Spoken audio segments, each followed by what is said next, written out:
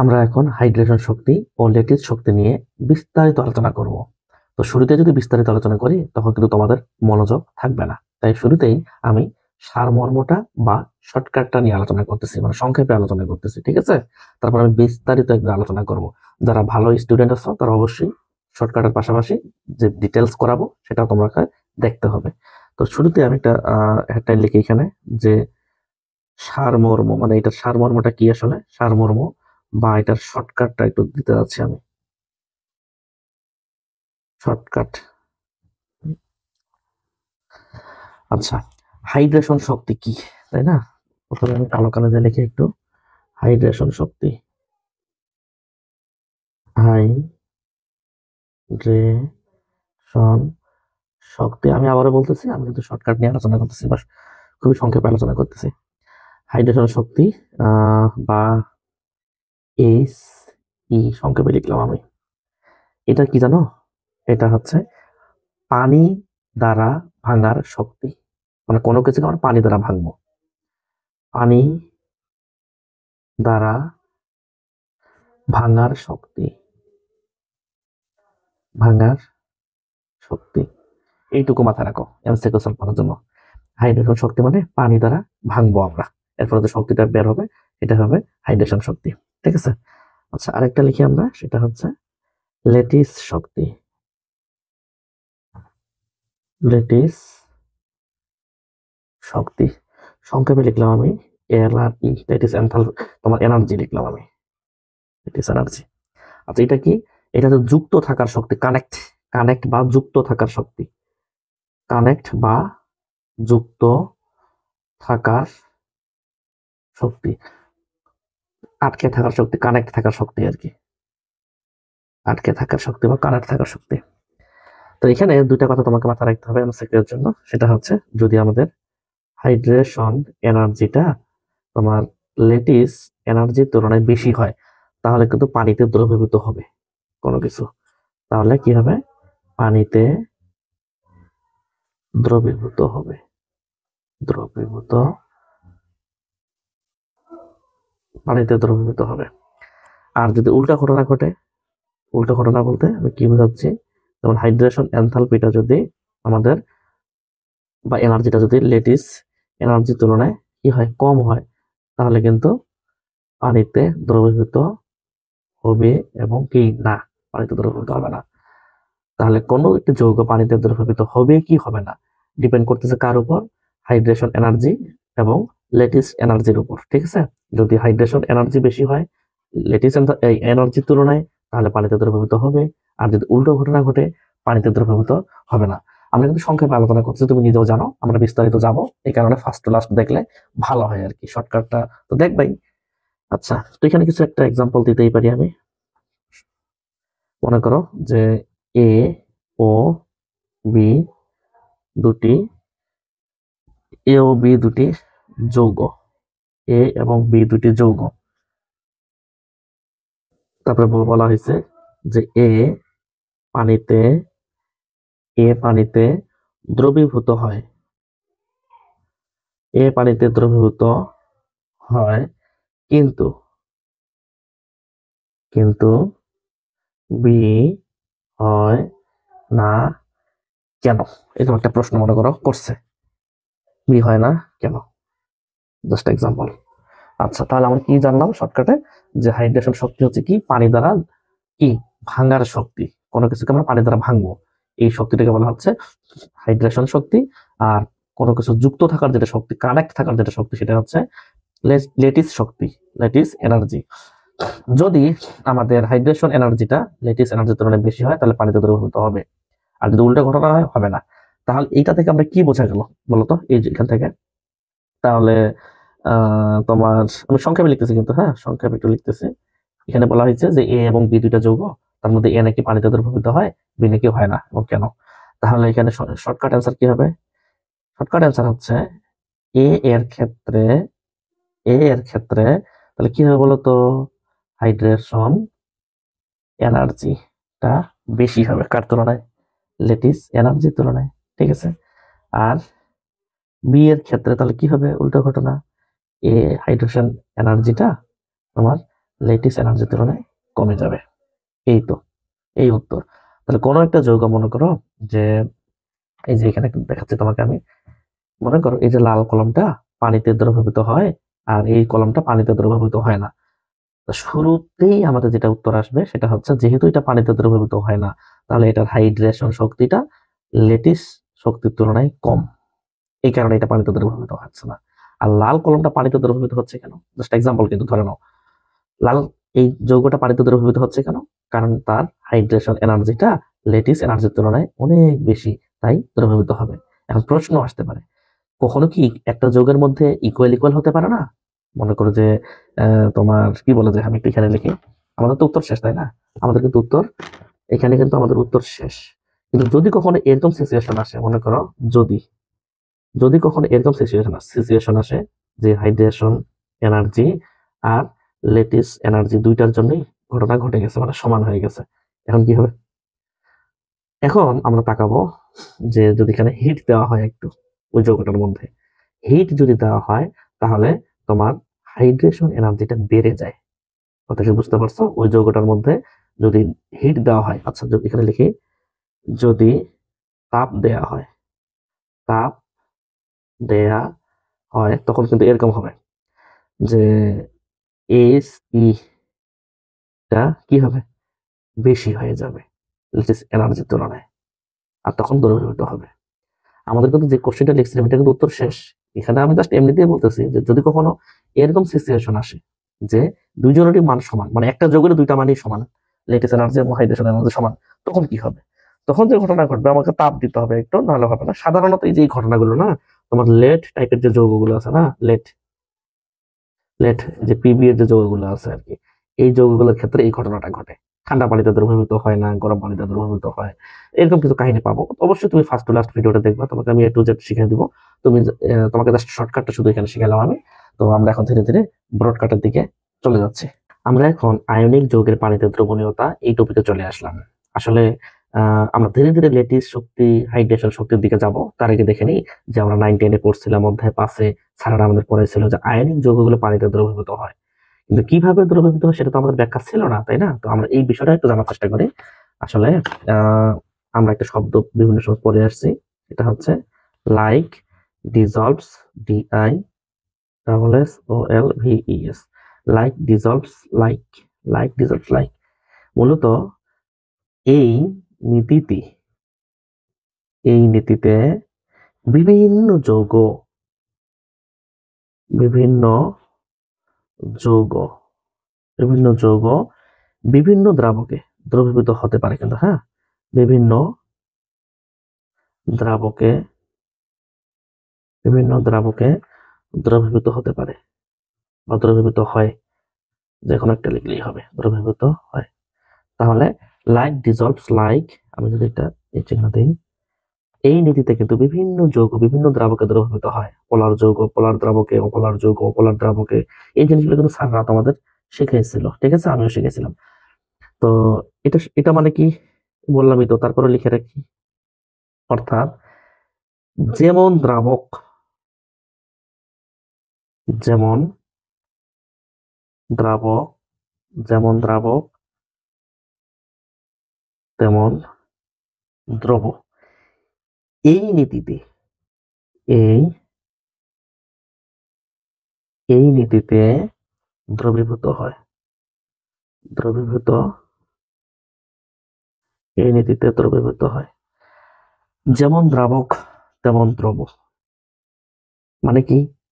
একটু পরে উদাহরণ দিচ্ছি, তার আগে আমরা একটু ওই যে অপোলার দ্রাবক, অপোলার এই যে বিষয়গুলো এগুলো কিন্তু জানবো, ঠিক আছে? নাহলে কিন্তু উদাহরণটা দিলে বুঝতে অসুবিধা হবে। আহ এখানে একটা কথা লিখি, সেটা হচ্ছে আয়নিক যৌগ। ওই যে বললাম কিছুক্ষণ আগে, পোলার যৌগ পোলার দ্রাবকে দ্রবীভূত হয়, তো আয়নিকও তো একটা পোলার যৌগ হতে পারে, তাই না? আর অপোলার যৌগ অপোলার দ্রাবকে দ্রবীভূত হয়। অপোলার যৌগ কি সমযোজী হতে পারে না?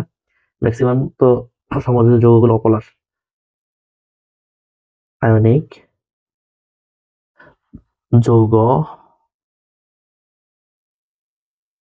পোলার দ্রাবকে দ্রাবকে আর সমযোজী সমযোজী যৌগ অপোলার বা নন পোলার যেটাকে বলে আর কি, হ্যাঁ, অপোলার দ্রাবকে কি হয় বলতো? দ্রবীভূত হয়। দ্রবী দ্রবীভূত হয়। আবার বলি, আয়নিক যৌগ পোলার দ্রাবকে, সমযোজী যৌগ অপোলার দ্রাবকে দ্রবীভূত হয়। তাহলে আমাদের পোলার দ্রাবক সম্পর্কে জানা উচিত, অপোলার দ্রাবক সম্পর্কে জানা উচিত কিছু উদাহরণ, যেগুলো আমাদের বিভিন্ন সময় কাজে লাগতে পারে। আমি পোলার দ্রাবক চিনলামই না, অপোলার দ্রাবক চিনলামই না, তাহলে কাজ করবো কিভাবে, তাই না? তাহলে আমাকে পোলার দ্রাবক অপোলার দ্রাবক চেনা উচিত আমাদের। তাই এখন আমি পোলার দ্রাবক চিনব। পোলার দ্রাবক, পোলার দ্রাবক কি কি হতে পারে? তো দেখো এখানে এক্সাম্পল, যেমন পানি হতে পারে, তারপরে তোমার তরল অ্যামোনিয়া হতে পারে, নাইট্রিক অ্যাসিড হতে পারে, তারপরে তরল সালফার ডাইঅক্সাইড হতে পারে। মাথায় রাখবা কিন্তু। তাছাড়া তরল যেগুলো আছে H টাইপের যৌগ, তরল H টাইপের যেগুলো অ্যাসিড আছে, সেগুলো কিন্তু হতে পারে, হ্যাঁ, ইটিসি। তরল H মানে কি? HCl, HF, কথা বুঝো নেই? এক্স মানে তো হ্যালোজেন। তো সাধারণত এই উদাহরণগুলো বেশি কাজে লাগতে পারে। আর পানি তো তুমি জানো, পানি আর অ্যামোনিয়াটা তো সবচেয়ে বেশি কাজে লাগে বিভিন্ন জায়গায়, তাই না? তো এগুলো একটু মাথায় রাখার চেষ্টা করবা। এখন অপোলার দ্রাবক সম্পর্কে একটু জানার চেষ্টা করি। অপোলার দ্রাবক, অপোলার দ্রাবক, অপোলার দ্রাবক। তো অপোলার দ্রাবকের একটি উদাহরণ লিখি, এখানে লিখি না, এখানে লিখি। যেমন কার্বন টেট্রাক্লোরাইড CCl4 অপোলার দ্রাবক, এটা হতে পারে। তারপরে বেনজিন C6H6 বেনজিন হতে পারে। কথা বুঝতে পারছো? তাহলে এখানে কি হতে পারে? আহ তোমার অপোলার দ্রাবক কার্বন টেট্রাক্লোরাইড, বেনজিন। আর কি হতে পারে? যেমন তোমার 7 কার্বন অ্যালকেন। 7 কার্বন অ্যালকেনের নাম কি? 7 কার্বন অ্যালকেনের নাম হচ্ছে হেপটেন। 5 কার্বন যদি পেন্টেন হয়, 6 কার্বন হেক্সেন, 7 কার্বন হেপটেন। তাহলে C7H 7×14 দিয়ে 16 হেপটেন। তারপরে তোমার টারপিন তেল, টারপিন তেল এগুলো হতে পারে। তারপরে তোমার আর কি, কেরোসিন হতে পারে, কেরোসিন, কেরোসিন হতে পারে। তারপরে তোমার ডিজেল হতে পারে, ডিজেল, ডিজেল হতে পারে, ইত্যাদি ইত্যাদি। তো কেরোসিনের সংকেত হয়তো লেখা যায়, যেহেতু পরীক্ষা আসে, কেরোসিনের সংকেত লেখা যায় C12H15, C12H15, এটা পাওয়া যায়, এটা একটা হাইড্রোকার্বন। তবে ডিজেলের সংকেত আসে না পরীক্ষায়।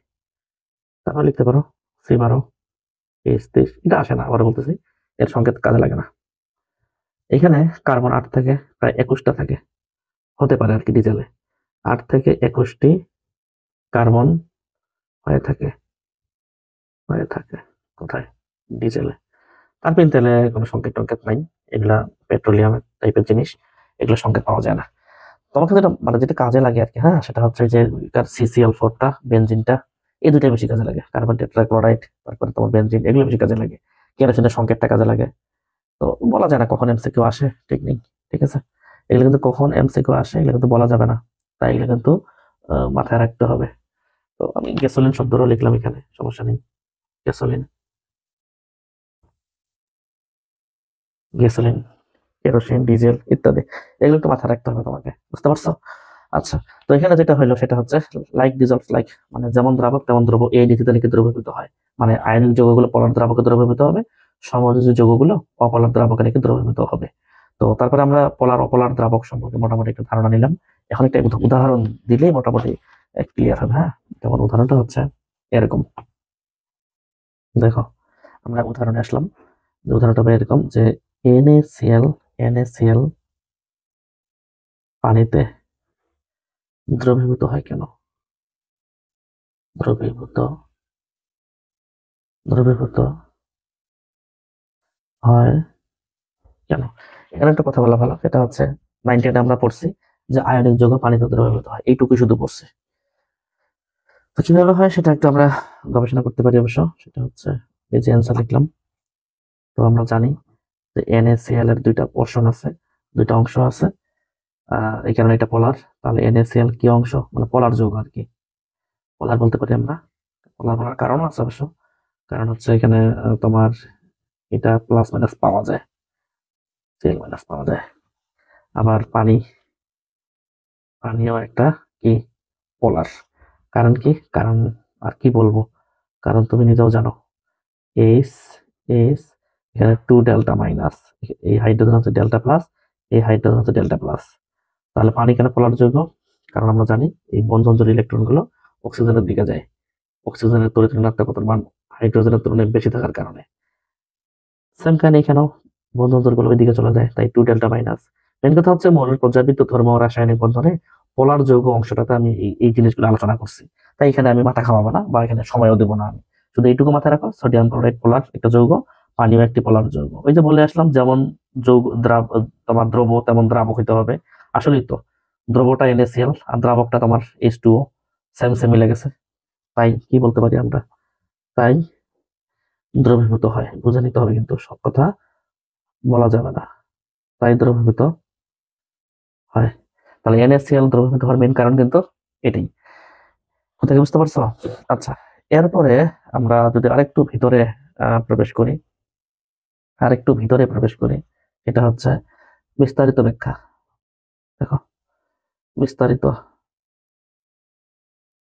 বিস্তারিত আমরা নিচে জানতে পারি। আমাদের কিন্তু উত্তর শেষ এখান থেকে, আমাদের কিন্তু এখান থেকে উত্তর শেষ। হ্যাঁ, আমরা এখন একটু জাস্ট জানার জন্য বিস্তারিত কেন বলতে জানো, বিস্তারিতটা বলতেছি আমি জানার জন্য, জানার জন্য। তাছাড়া কখন কাজে লাগে বলা যায় না, তাই আমাদের জানতে হবে। আচ্ছা, আমরা এখানে একটু ক্লাস আঁকার চেষ্টা করি। মনে করো NaCl এর ক্লাস আর কি।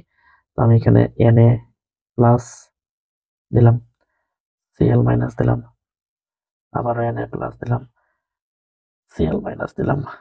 এটা ক্লাস আঁকবো আমি 2D টাইপের, 3 ডাইমেনশনাল না। 3 ডাইমেনশনাল তো আঁকা সম্ভব না খাতায়, খুব সময় লাগবে, সময় সাপেক্ষ। তাই আমি 2 ডাইমেনশনালে আঁকতেছি। Cl মাইনাস আঁকি এখানে।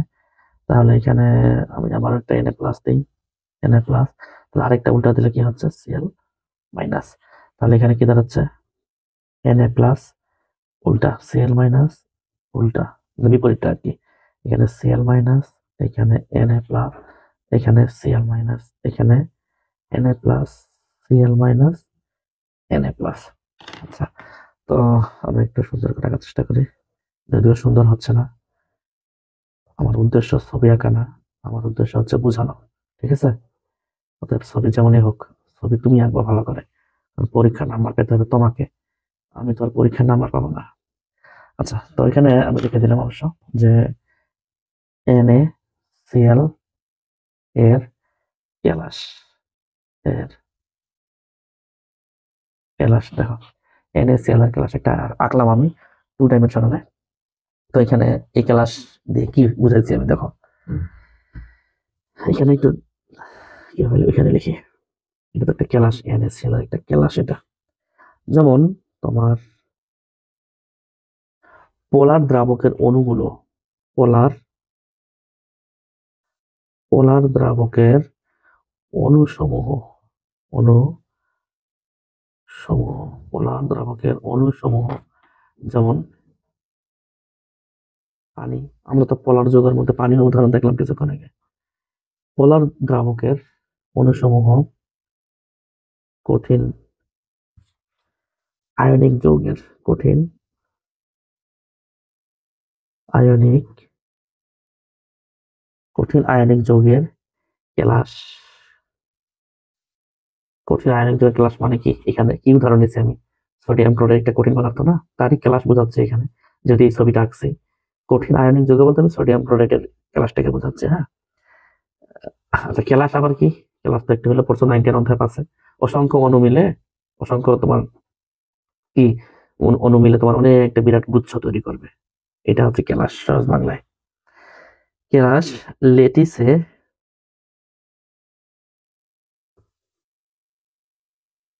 লেটিসে অবস্থিত লেটিসে অবস্থিত আয়নগুলোকে আয়নগুলোকে তীব্রভাবে আকর্ষণ করে, তীব্রভাবে আকর্ষণ করে, তীব্রভাবে আকর্ষণ করে কেলাস থেকে, কেলাস থেকে বিচ্ছিন্ন করে আনে। আশা করি বুঝো নেই, আমি বুঝাই দিচ্ছি। বিচ্ছিন্ন, তোমার খাতায় নোট করা থাক, আমি চাই আনে। আচ্ছা, তাহলে কি বললাম? পোলার, দেখা যাচ্ছে, দেখো, পোলার দ্রাবকের অণুসমূহ, যেমন পানি ধরো, কঠিন আয়নিক যৌগের কেলাস লেটিসে অবস্থিত আয়নগুলোকে, এটা একটা কেলাস, আর লেটিস মানে হচ্ছে তোমার এই যে একটার সাথে আরেকটা যুক্ত যে হচ্ছে Na প্লাসের সাথে Cl মাইনাস যুক্ত হয়ে আছে না, একটা বিশাল বড় যৌগ তৈরি করছে জালিকার মতো, এটাকে কেলাস বলতেছি, আর লেটিস বলতেছি, কেলাস এবং লেটিস শক্তি। তো লেটিসে অবস্থিত আয়নগুলোকে তীব্রভাবে আকর্ষণ করে, এই যে সেটা Na প্লাস Cl মাইনাস বা Cl মাইনাস Na প্লাস যাই বলে না কেন, এই আয়নগুলোকে পানির অণুগুলো বা পোলার অণুগুলো তীব্রভাবে আকর্ষণ করে। দেখো এখানে দ্রাবকের অণুসমূহ, যেমন পানি, কঠিন আয়নিক যৌগের কেলাস লেটিসে অবস্থিত আয়নগুলোকে তীব্রভাবে আকর্ষণ করে এবং কেলাস থেকে কি করে ফেলে? বিচ্ছিন্ন করে আনে। তাহলে এই যে তোমার আয়নগুলো আছে, এই আয়নগুলোকে এই কেলাস থেকে বিচ্ছিন্ন করে ফেলে কে? পোলার যৌগগুলো। মানে ধরে নিলাম পানি, পানির আল্লাহ একটা এমন ক্ষমতা দিছে, তো সোডিয়াম ক্লোরাইডের এই যে আয়নগুলো আছে না, এগুলোকে পৃথক করতে পারে, কেলাস থেকে সেপারেট করে নিতে পারে। তো সেই ছবিটা আমরা দেখাচ্ছি অপর পৃষ্ঠায়।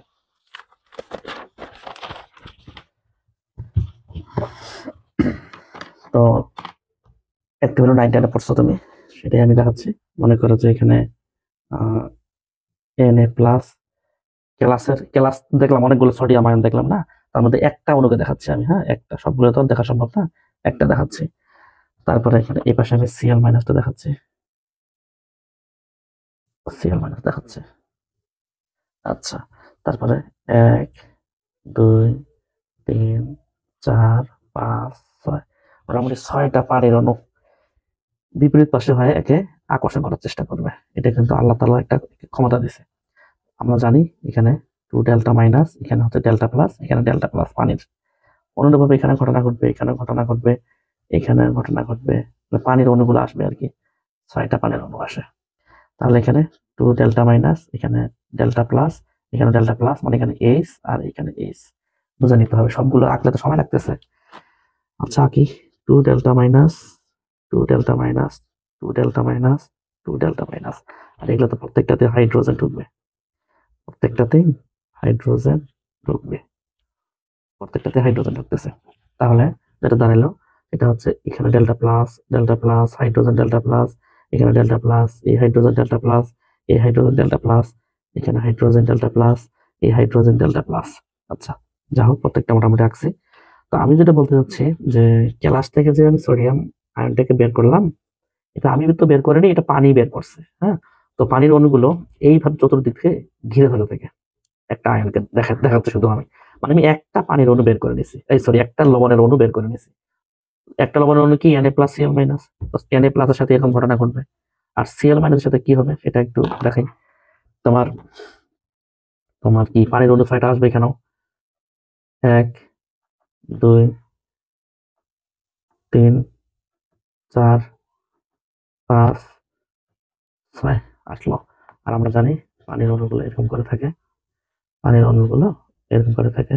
এখানেও কিন্তু 2 delta minus, 2 delta minus, 2 delta minus, 2 delta minus, 2 delta minus, 2 delta minus, এবং প্রত্যেকটাতেই এইচ থাকবে, তুমি জানো প্রত্যেকটাতেই কি থাকবে? এইচ থাকবে।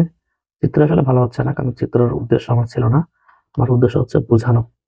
তাহলে এখানে হাইড্রোজেনটা কি হবে? ডেল্টা প্লাস, প্রত্যেকটা হাইড্রোজেন ডেল্টা প্লাস আগের মতো, যেগুলো তুমি 9 10 পড়ে আসছো, ডেল্টা প্লাস, এই হাইড্রোজেন ডেল্টা প্লাস, এই হাইড্রোজেন ডেল্টা প্লাস, এই হাইড্রোজেন ডেল্টা প্লাস, এই হাইড্রোজেন ডেল্টা প্লাস, এই হাইড্রোজেন ডেল্টা প্লাস, এই হাইড্রোজেন ডেল্টা প্লাস, এটা ডেল্টা প্লাস, এটা ডেল্টা প্লাস, প্রত্যেকটা হাইড্রোজেন ডেল্টা প্লাস হবে, তুমি জানো। মানে আমি যেটা বোঝাতে চাচ্ছি সেটা হচ্ছে এরকম যে আমরা যে ক্যালাস থেকে এই এনায়নটা বের করে নিয়েছি পানির মাধ্যমে, তো পানির মোটামুটি 6টা অণু এরকম করে এনায়নের চতুর্দিকে ঘিরে ধরে থাকবে। যেহেতু অ্যানায়ন নেগেটিভ, তাই পজিটিভ অংশটা এর দিকে মুখ করে থাকবে। যেহেতু সোডিয়াম একটা প্লাস, মানে সোডিয়াম ক্যাটায়ন, তাহলে পানির নেগেটিভ অংশগুলো মুখ করে থাকবে, মানে বিপরীতমুখী হয়ে থাকবে, মানে বিপরীতমুখী হয়ে থাকবে, বিপরীতমুখী। আমি একটু লিখে দিই, বিপরীতমুখী, বিপরীতমুখী আয়ন, বিপরীতমুখী আয়নগুলো এভাবে থাকবে, এভাবে থাকবে। ঠিক আছে, কখনোই ভুল কাজ করা যাবে না যে সোডিয়াম প্লাসের সাথে এইচ প্লাসটা এইদিকে মুখ করে দিই আমি, তাহলে কিন্তু ভুল হবে। হ্যাঁ, সেম সেম আয়ন হবে না, ভিন্ন ভিন্ন বিপরীত ধ্বনি চার্জ হইতে হবে। তাহলে এখানে আমরা ভালো করে একটা কথা লিখতে পারি, অবশ্য ভালো করে একটা কথা লিখতে পারি। কথাটা হচ্ছে এরকম, প্রতিটি প্রতিটি প্রতিটি Na প্লাস ও Cl মাইনাস ছয়টি ছয়টি করে পানির ছয়টি করে পানির অণু দ্বারা ছয়টি করে পানির অণু দ্বারা পরিবেষ্টিত থাকে, পরিবেষ্টিত পরিবেষ্টিত থাকে, পরিবেষ্টিত থাকে এবং সুস্থির থাকে, সুস্থির থাকে। কথা কি বুঝতে পারছো কি বললাম? দেখো তো এখানে প্রতিটি সোডিয়াম প্লাস ও Cl মাইনাস, তুমি নিজেও দেখলা ক্যালাসের মধ্যে অসংখ্য সোডিয়াম প্লাস আছে, অসংখ্য Cl মাইনাস আছে। তো প্রতিটি Na প্লাস ও Cl মাইনাস ছয়টি করে পানির অণু দ্বারা পরিবেষ্টিত থাকে, এইভাবে পরিবেষ্টিত থাকে, আবদ্ধ হয়ে থাকে, ঘিরে ঘিরে ধরে থাকে এবং সুস্থির থাকে। এটা কিন্তু তোমাকে মাথায় রাখতে হবে। কথা কি বুঝতে পারছো? আচ্ছা, এরপরে এই প্রক্রিয়া একটা কাহিনী হয় অবশ্য, সেটা হচ্ছে এই প্রক্রিয়াকে এই এই প্রক্রিয়াকে আয়নের আয়নের দ্রাবকায়ন দ্রাবকায়ন দ্রাবকায়ন বা সলভেশন সলভেশন বলে। আবার বলতেছি, এই যে ঘিরে ধরে আছে না, দেখো এই সিস্টেমটাকে বলা হচ্ছে কি, এই সিস্টেমটাকে বলা হচ্ছে দ্রাবকায়ন, দ্রাবকায়ন বা সলভেশন। ঠিক আছে, আচ্ছা, এবং নির্গত শক্তিকে নির্গত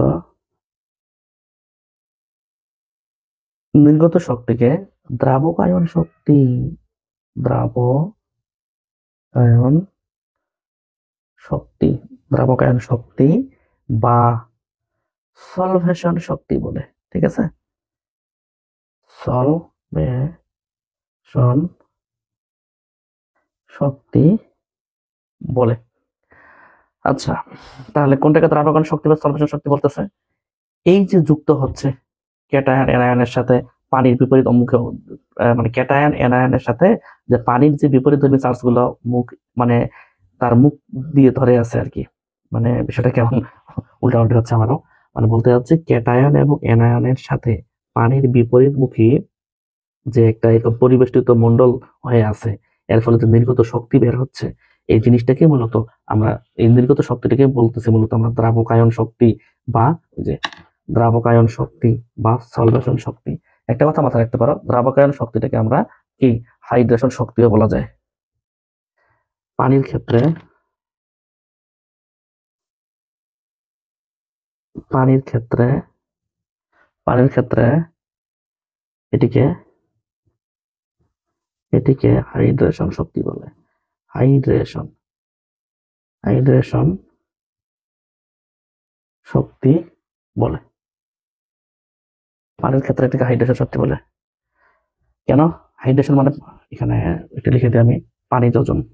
এর অর্থ হচ্ছে, লিখে দিই, এটার অর্থ হচ্ছে পানি যোজন। পানি, এটার অর্থ পানি যোজন। মানে হয়তো বুঝতে পারবেন এখনো, সেটা হচ্ছে আমাদের যে পোলার দ্রাবকটা পানি নিয়েছিলাম না, পানি ছাড়া যদি অন্য কোনো দ্রাবক নিতাম, তাহলে সেটাকে আমরা বলতাম দ্রাবকায়ন শক্তি। সেটাকে কি বলতাম? দ্রাবকায়ন শক্তি। আর পানির ক্ষেত্রে আমরা সেটাকে দ্রাবকায়ন শক্তিও বলতে পারি, হাইড্রেশন শক্তিও বলতে পারি। ঠিক আছে? তাহলে সকল হাইড্রেশন শক্তি দ্রাবকায়ন শক্তি, কিন্তু সকল দ্রাবকায়ন শক্তি সরি সকল দ্রাবকায়ন শক্তি আমাদের হাইড্রেশন শক্তি নয়, কিন্তু সকল হাইড্রেশন শক্তি দ্রাবকায়ন শক্তি, এটা আমরা বলতে পারি। তাহলে দেখো এটা একটু লিখে দিই, সকল হাইড্রেশন শক্তি, হাইড্রেশন শক্তি দ্রাবকায়ন শক্তি, দ্রাবকায়ন, সকল হাইড্রেশন শক্তি দ্রাবকায়ন শক্তি, কিন্তু সকল দ্রাবকায়ন শক্তি, দ্রাবকায়ন শক্তি হাইড্রেশন শক্তি নয়, হাইড্রেশন শক্তি নয়। যেহেতু এখানে পানি দিচ্ছি, তাই পানির দ্বারা কানেক্ট করতেছি, তাই না?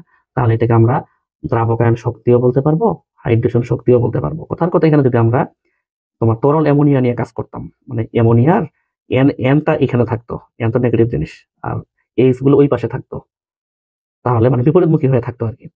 যদি তরল অ্যামোনিয়া নিয়ে কাজ করতাম, তাহলে এখান থেকে আমরা দ্রাবকায়ন শক্তি পাইতাম, হাইড্রেশন শক্তি নয়, নয়, নয়।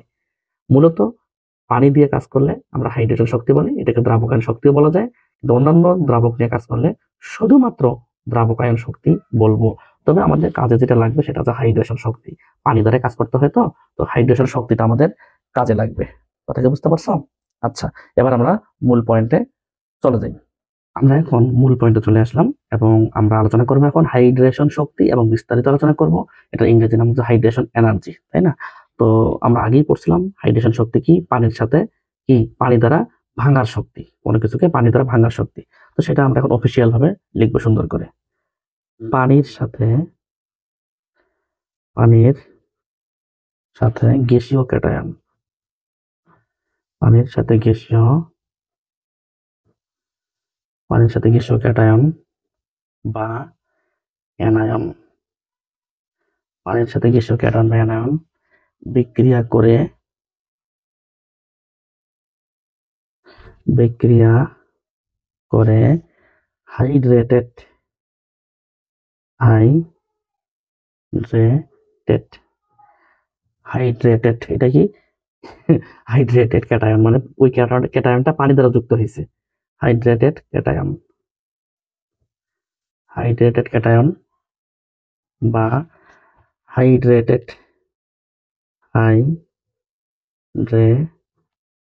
হাইড্রেটেড অ্যানায়ন,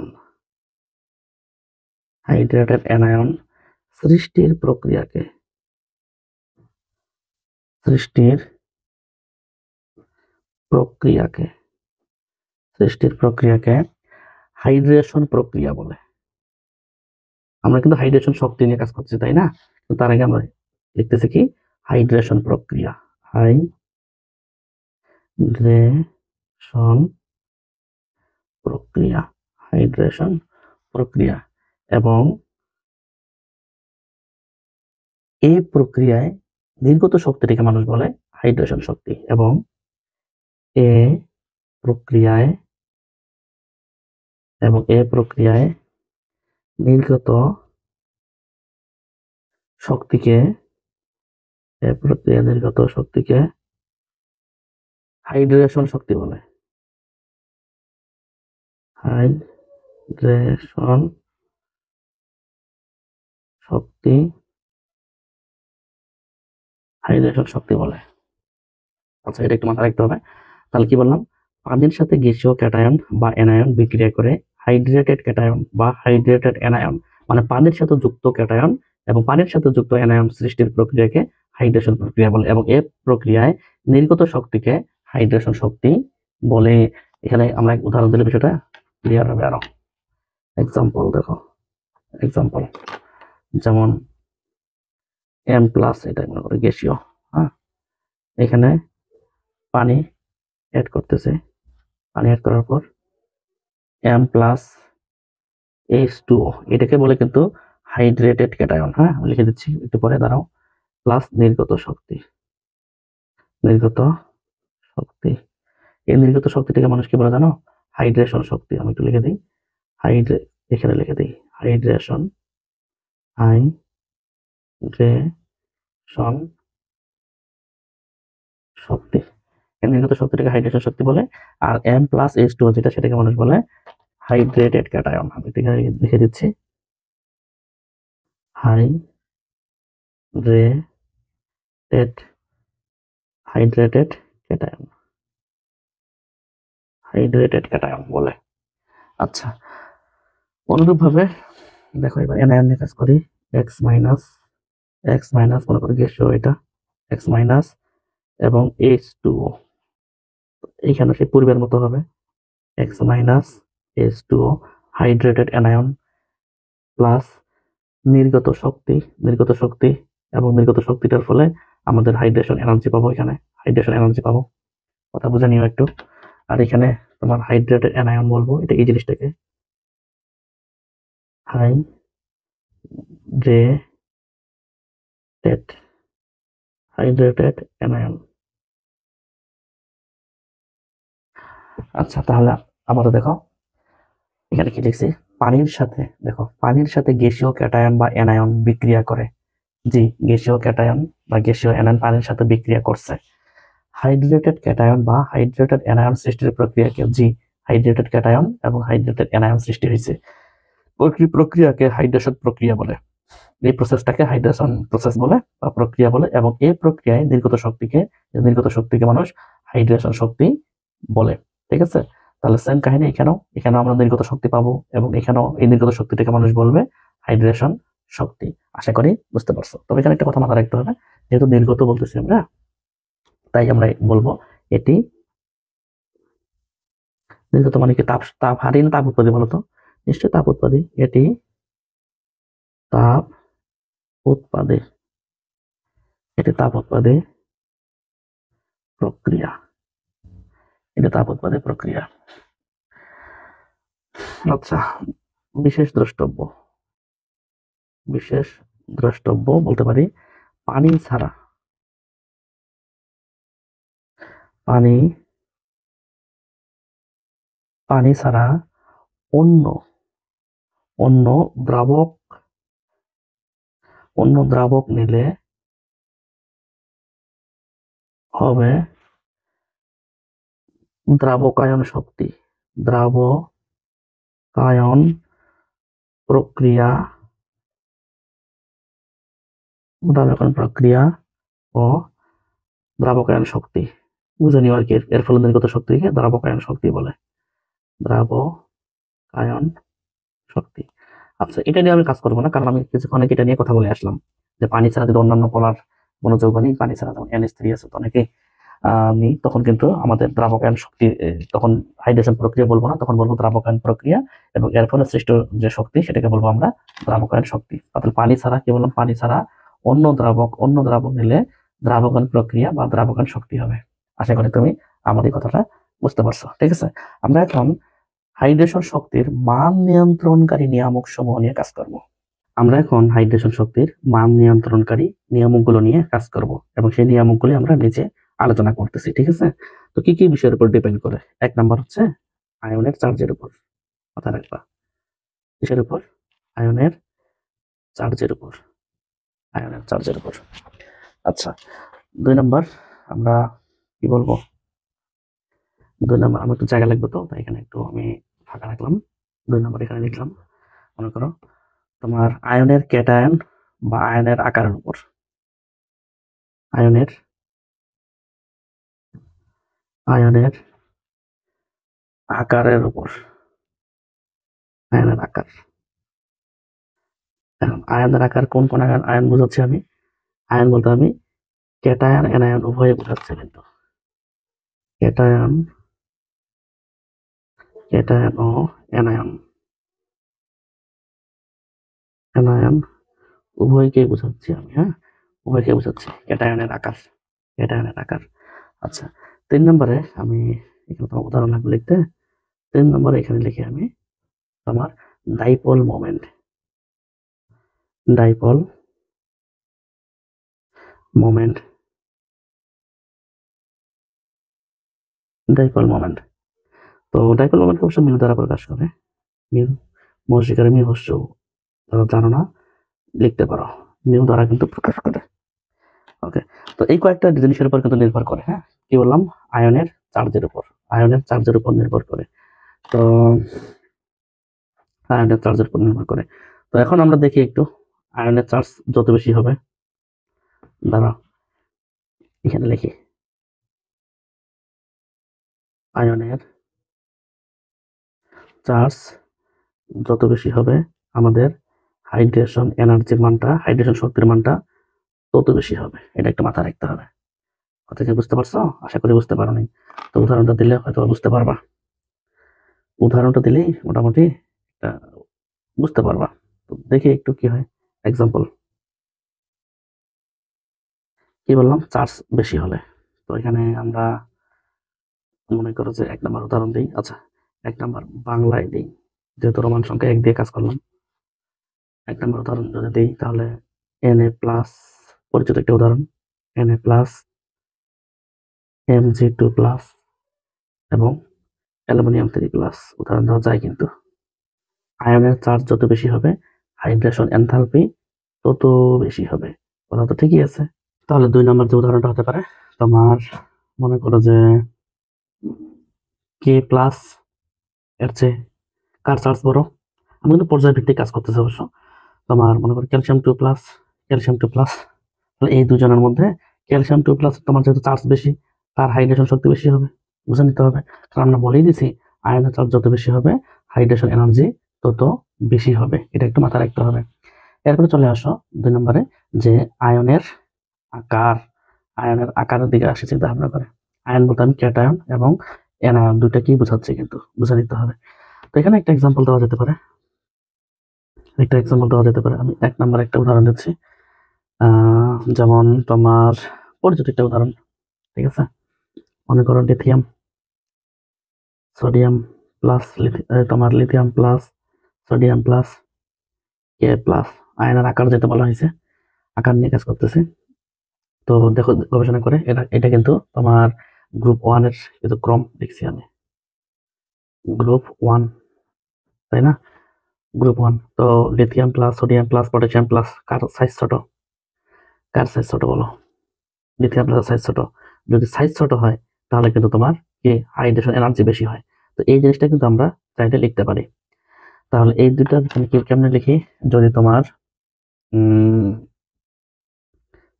তোমার কি আকার, আকার যদি ছোট হয়, আকার যদি ছোট হয় বা বড় হয়, এটা দিতে পারি।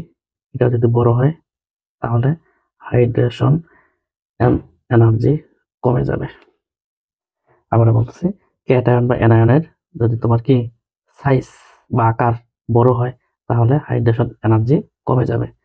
তাহলে উল্টা কথা চিন্তা করো, তোমার আকার যদি কমে যায় তাহলে হাইড্রেশন এনার্জি বেশি হবে। তো দেখো আমার কাছে মনে হয়েছে লিথিয়াম প্লাসের আকার ছোট, তাই তার হাইড্রেশন এনার্জি বেশি হবে গ্রুপ 1 দিয়ে, তাই আমরা ব্যাখ্যা করলাম। আমরা আরেকটা উদাহরণ দিতে পারি অবশ্য, যেমন তোমার বেরিলিয়াম 2 প্লাস, বেরিলিয়াম 2 প্লাস, তারপরে Mg2 প্লাস, তারপরে আর কে ক্যালসিয়াম নেই, ক্যালসিয়াম 2 প্লাস। মানে 2 নম্বর গ্রুপ নিয়ে কাজ করে একটু, এই 2 নম্বর গ্রুপ নিয়ে কাজ করে দেখলাম, গ্রুপ 2 নিয়ে কাজ করা যেটা দেখলাম সেটা হচ্ছে এখানে সেম কাহিনী। সাইজ এই 3 জনের মধ্যে বেরিলিয়ামের সাইজ ছোট, যার কারণে এদের হাইড্রেশন এনার্জি অনেক বেশি হচ্ছে। কথা কি বুঝতে পারছো? তো আমরা আরেকটা উদাহরণ দিতে পারি, নেগেটিভ টাইপের উদাহরণ, যেহেতু আমাদের কাজে লাগতে পারে। যেমন F মাইনাস, Cl মাইনাস, মানে 17 নাম্বার আর কি, হ্যালোজেন। তারপরে তোমার Br মাইনাস, I মাইনাস। এটা কিন্তু তোমার গ্রুপ কত বলো? গ্রুপ 17, গ্রুপ 17 এটা হ্যালোজেন গ্রুপের ক্রম। তাহলে আয়নের আকার ছোট, দেখো তো F মাইনাস এর আকার ছোট, তারপরে বড় হচ্ছে Cl minus, Br minus, I minus. তাহলে এগুলোর মধ্যে F মাইনাস ছোট যেহেতু, তার হাইড্রেশন এনার্জি বেশি হবে। তাহলে কথা ঠিকই থাকলো, আয়নের আকার যত বেশি হবে, সেটা ক্যাটায়ন হোক বা অ্যানায়ন হোক, আকার যত বেশি হবে হাইড্রেশন এনার্জি তত কম হবে। এই লজিকের ভিত্তিতে কিন্তু আমরা এই 3টা উদাহরণ সাজালাম এখানে। কথা কি বুঝতে পারছো? আরেকটা এখানে আছে অবশ্য ডাইপোল মোমেন্ট। তো ডাইপোল মোমেন্ট আমাদের কাজে লাগে না, এটাকে মিউ দ্বারা প্রকাশ করে। এটা আমাদের কাজে লাগে না, শুধু এটা এইটুকু মাথায় রাখবে এরকম করে, যে আমাদের মিউ এর মান যত বেশি হবে, হ্যাঁ, মিউ এর মান যত বেশি হবে তত আমাদের হাইড্রেশন এনার্জিটা বেশি হবে, সমানুপাতিক সম্পর্ক। আমরা একটু এটা এভাবে মাথায় রাখার চেষ্টা করব। ওই যে তোমরা ডাইপোল মোমেন্ট পড়ো নাই, পানির ডাইপোল মোমেন্ট, তারপরে তোমার আরো বেশ কয়েকটা যৌগের ডাইপোল মোমেন্ট। তোমাদের কিন্তু মৌলের পর্যাবৃত্ত ধর্ম, রাসায়নিক বন্ধন, আপডেট যে বইগুলো আছে, ভালো যে নতুন যে বইগুলো আছে আর কি, সেখানে কিন্তু হাইড্রোজেন বন্ধনের পূর্বে এরকম একটা টপিক পাবা, ডাইপোল মোমেন্ট। সেটা কিন্তু আমি আলোচনা করছি।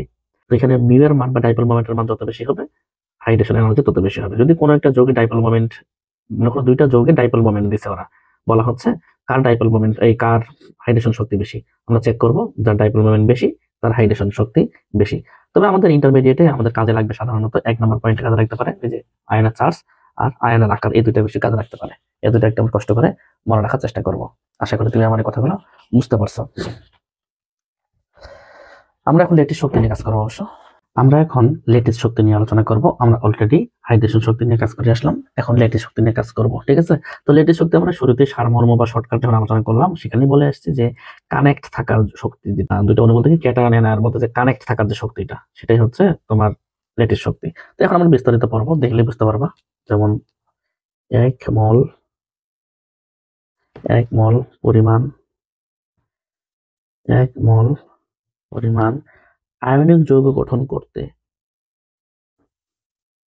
আয়নিক যৌগ গঠন করতে যে পরিমাণ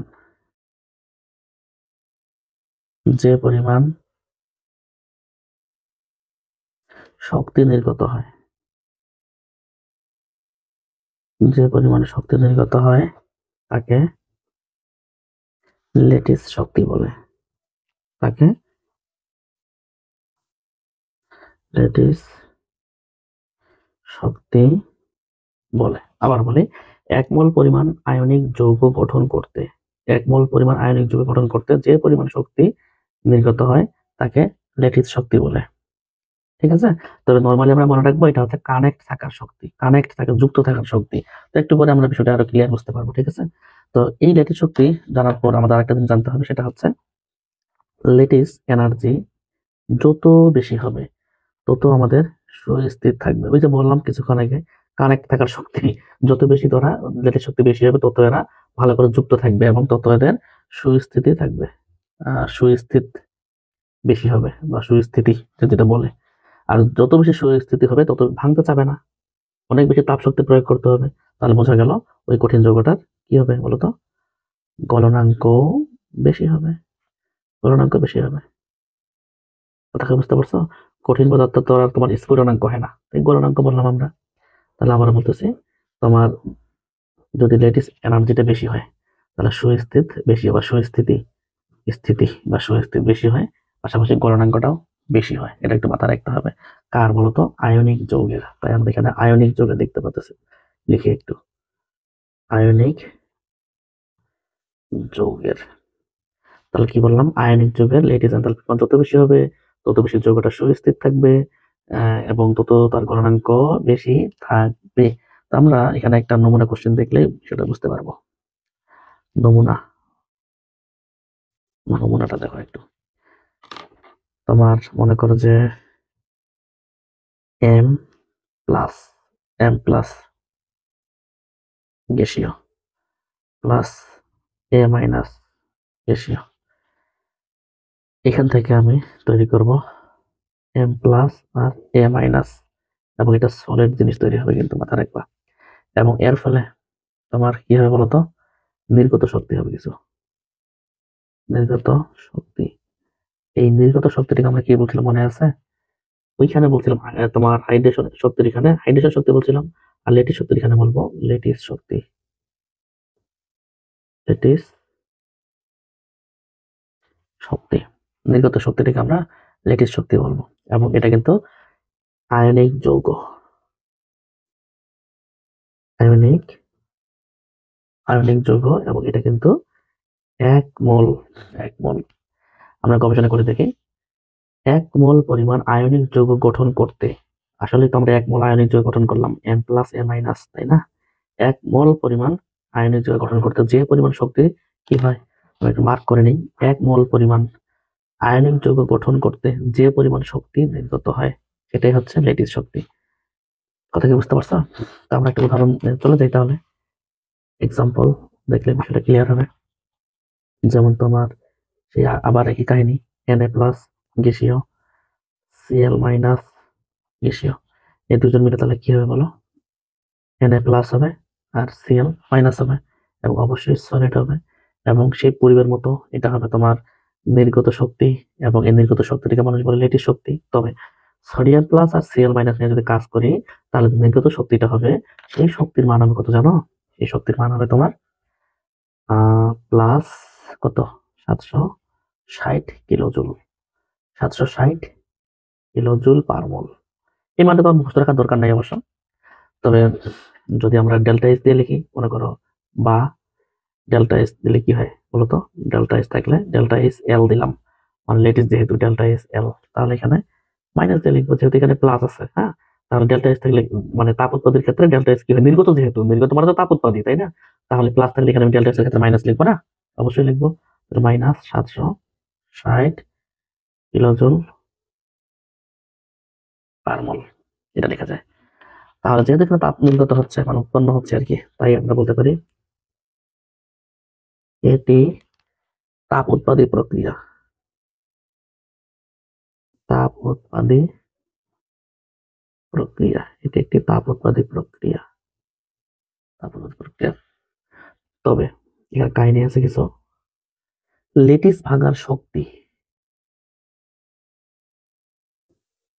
লেটিস ভাঙার, লেটিস ভাঙার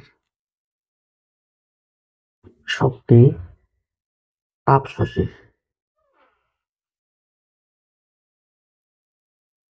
লেটিস ভাঙার শক্তি তাপ শোষী, অর্থাৎ তাপ শোষী মানে কি? ডেল্টা এসটা পজিটিভ হবে, ডেল্টা এস এল পজিটিভ লিখলাম, এবং কি হবে বলতো? শক্তিটা হবে সেম, লিখে দিই সেম শক্তি, কিন্তু বিপরীত, বিপরীত। এক্সাম্পল, এক্সাম্পল NaCl এর, NaCl এর লেটিস শক্তি, লেটিস, লেটিস শক্তি ডেল্টা এস এল লিখলাম, ডেল্টা এস এল, এখানে এল না লিখলে কিন্তু হবে। হ্যাঁ, মাইনাস 700 কত 60 লিখে নাকি, 760 কিলোজুল পার মোল। আবার NaCl এর লেটিস ভাঙার, লেটিস ভাঙার শক্তি হচ্ছে ডেল্টা এস এল, এটা ডেল্টা এস এল দিয়ে লিখে, এবং প্লাস ওই মানটাই, ওই মানটাই হবে। তাহলে এখানে বললাম যে এটি একটি তাপ উৎপাদী প্রক্রিয়া, লেটিস শক্তিটা। তবে এই লেটিস ভাঙার শক্তি তাপ শোষী হয়ে থাকে কিন্তু। হ্যাঁ, লেটিস ভাঙাটা, লেটিসটা যে ভাঙতে হয়, এটা এটা কিন্তু কি বললাম, এটা তাপ শোষী, তাপ শোষী। আর তাপ শোষী গুলো ডেল্টা এস এর ক্ষেত্রে পজিটিভ হয়, এখানে এল দাও বা না দাও কোনো ব্যাপার না এটা। এবং সেম শক্তি কিন্তু বিপরীত, সেম শক্তি। সেম শক্তি বলতে বোঝাচ্ছে কি? সেম শক্তি বলতে বোঝাচ্ছে আমি তোমার ওই যে ভাঙার হোক আর কানেক্ট থাকার হোক, শক্তি কিন্তু একই পাওয়া যাবে, একই সেম হবে শক্তি, বিপরীত কিন্তু হবে না। এই কারণে আমি সেম শক্তি শব্দটা লিখছি, এবং শুধু চিহ্নটা বিপরীত হবে, যেহেতু এখানে তাপ শোষণের একটা ব্যাপার স্যাপার আছে। এবং এক্সাম্পল হিসেবে এখানে লিখছি, দেখো যে NaCl এর লেটিস শক্তি 760 কিলোজুল পার মোল, মানে লেটিস শক্তি মানে কানেক্ট থাকার শক্তি, যুক্ত থাকার শক্তি। তাহলে এখানে কি ভাঙার শক্তি, তাহলে এই পরিমাণ শক্তি দিতে হবে তাকে, কত পরিমাণ? প্লাস 760, তাহলে সেটা ভেঙে যাবে। কথা বুঝতে পারছো? তো এই হচ্ছে বিষয়। তো ভাঙার শক্তিটা আমাদের ইম্পর্টেন্ট না, আমাদের লেটিস শক্তিটা ইম্পর্টেন্ট, ভাঙার শক্তিটা ইম্পর্টেন্ট না, জাস্ট আমি জানার জন্য দিছি। তবে এইটুকু মাথায় রাখতে হবে, লেটিস শক্তি যেটা, লেটিস এনার্জি, ভাঙার না, লেটিস এনার্জি যেটা, ভাঙার শক্তি বলতেছি না, লেটিস এনার্জি যুক্ত থাকার শক্তি যেটা যত বেশি হবে আমাদের সুস্থির তত বেশি হবে, এবং গলনাঙ্ক তত বেশি হবে। এই কথাটা কিন্তু অবশ্যই অবশ্যই মাথায় রাখতে হবে। ঠিক আছে? আমরা এখন লেটিস শক্তির মান নিয়ন্ত্রণকারী নিয়মগুলো নিয়ে একটু কাজ করব। আমরা কিন্তু হাইড্রোজেন শক্তির ক্ষেত্রেও কাজ করে আসলাম, এখন লেটিস শক্তি নিয়ে কাজ করব। তো এখানে আমাদের যেটা মাথায় রাখতে হবে সেটা হচ্ছে 1 নাম্বার, আমি একটু এখানে লিখি, এক নাম্বার হচ্ছে আয়নের চার্জের উপর ডিপেন্ড করে। এখানেও আয়নের চার্জের উপর ডিপেন্ড করে। আয়নের চার্জ। তো এখানে একটা কথা বলি আমি, সেটা হচ্ছে এরকম, আমাদের আয়নের চার্জ যত বেশি হবে, হ্যাঁ, তত কিন্তু আমাদের আকর্ষণ বল বৃদ্ধি পাবে। আর আকর্ষণ বল যত বেশি হবে, আমার লেটিস এনার্জি যেটা, সেটাও কিন্তু তত বেশি হবে। এখন এফ দ্বারা আমি কি বুঝাচ্ছি? আমি এফ দ্বারা যেটা বুঝাচ্ছি সেটা হচ্ছে আয়নগুলো আয়নগুলো আয়নগুলো বেশি আকর্ষণ বলে যুক্ত থাকবে। আয়নগুলো বেশি আকর্ষণ বল, এটা কেমন হয়ে গেল না? আকর্ষণ আকর্ষণ বল দ্বারা আকর্ষণ বল দ্বারা যুক্ত থাকবে।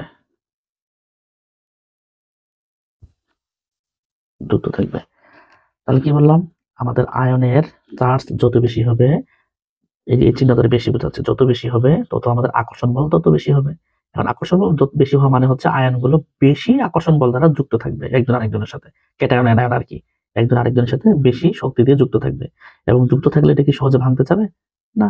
তাই আমরা বলছি এর লেটের শক্তিটা তত বেশি, মানে কানেক্ট থাকার শক্তিটা তত বেশি হবে, যুক্ত থাকার শক্তিটা তত বেশি হবে। থেকে বুঝতে পারছো? তো এখানে আমরা একটা উদাহরণ অবশ্যই নেব, এক্সাম্পল অবশ্যই নেব। তো এক্সাম্পল নেওয়ার পূর্বে কিছু বাংলা কথা লিখবো। দেখো, কথাটা হচ্ছে এরকম যে মনো ভ্যালেন্ট মনোভ্যালেন্ট মনোভ্যালেন্ট মনোভ্যালেন্ট এখন মনোভ্যালেন্ট আবার কি? মনো মানে এক, তুমি জানো, ভ্যালেন্ট মানে চার্জ বোঝাচ্ছি আমি। মনোভ্যালেন্ট একটু করে উদাহরণ দিচ্ছি আমি, হ্যাঁ। মনোভ্যালেন্ট আয়ন বিশিষ্ট আয়ন আয়ন বিশিষ্ট আয়ন বিশিষ্ট আয়নিক যৌগ আয়নিক যৌগ আবার বলতেছি, মনোভ্যালেন্ট আয়ন বিশিষ্ট আয়নিক যৌগ। মনোভ্যালেন্ট মানে মনো মানে একটা, আর ভ্যালেন্ট মানে তো চার্জ, একটা চার্জ থাকবে, ঠিক আছে? যেমন Na প্লাস, লিথিয়াম প্লাস আছে না, মানে পটাশিয়াম প্লাস। আর তোমার কি বলে ডাই ভ্যালেন্ট, যদি বলে ডাই, ডাই মানে দুইটা, ডাই ভ্যালেন্ট মানে কি? ডাই মানে কিন্তু দুইটা, যেমন Mg2 প্লাস একটা ডাই ভ্যালেন্ট। কথা বুঝতে পারছো? তো এই জিনিসগুলো কিন্তু তোমার জানা থাকতে হবে। আমি একটু পরে বলতেছি বিষয়গুলো। তো মনোভ্যালেন্ট আয়ন বিশিষ্ট আয়নিক যৌগের তুলনায় তুলনায় divalent divalent divalent monovalent monovalent ionic যৌগ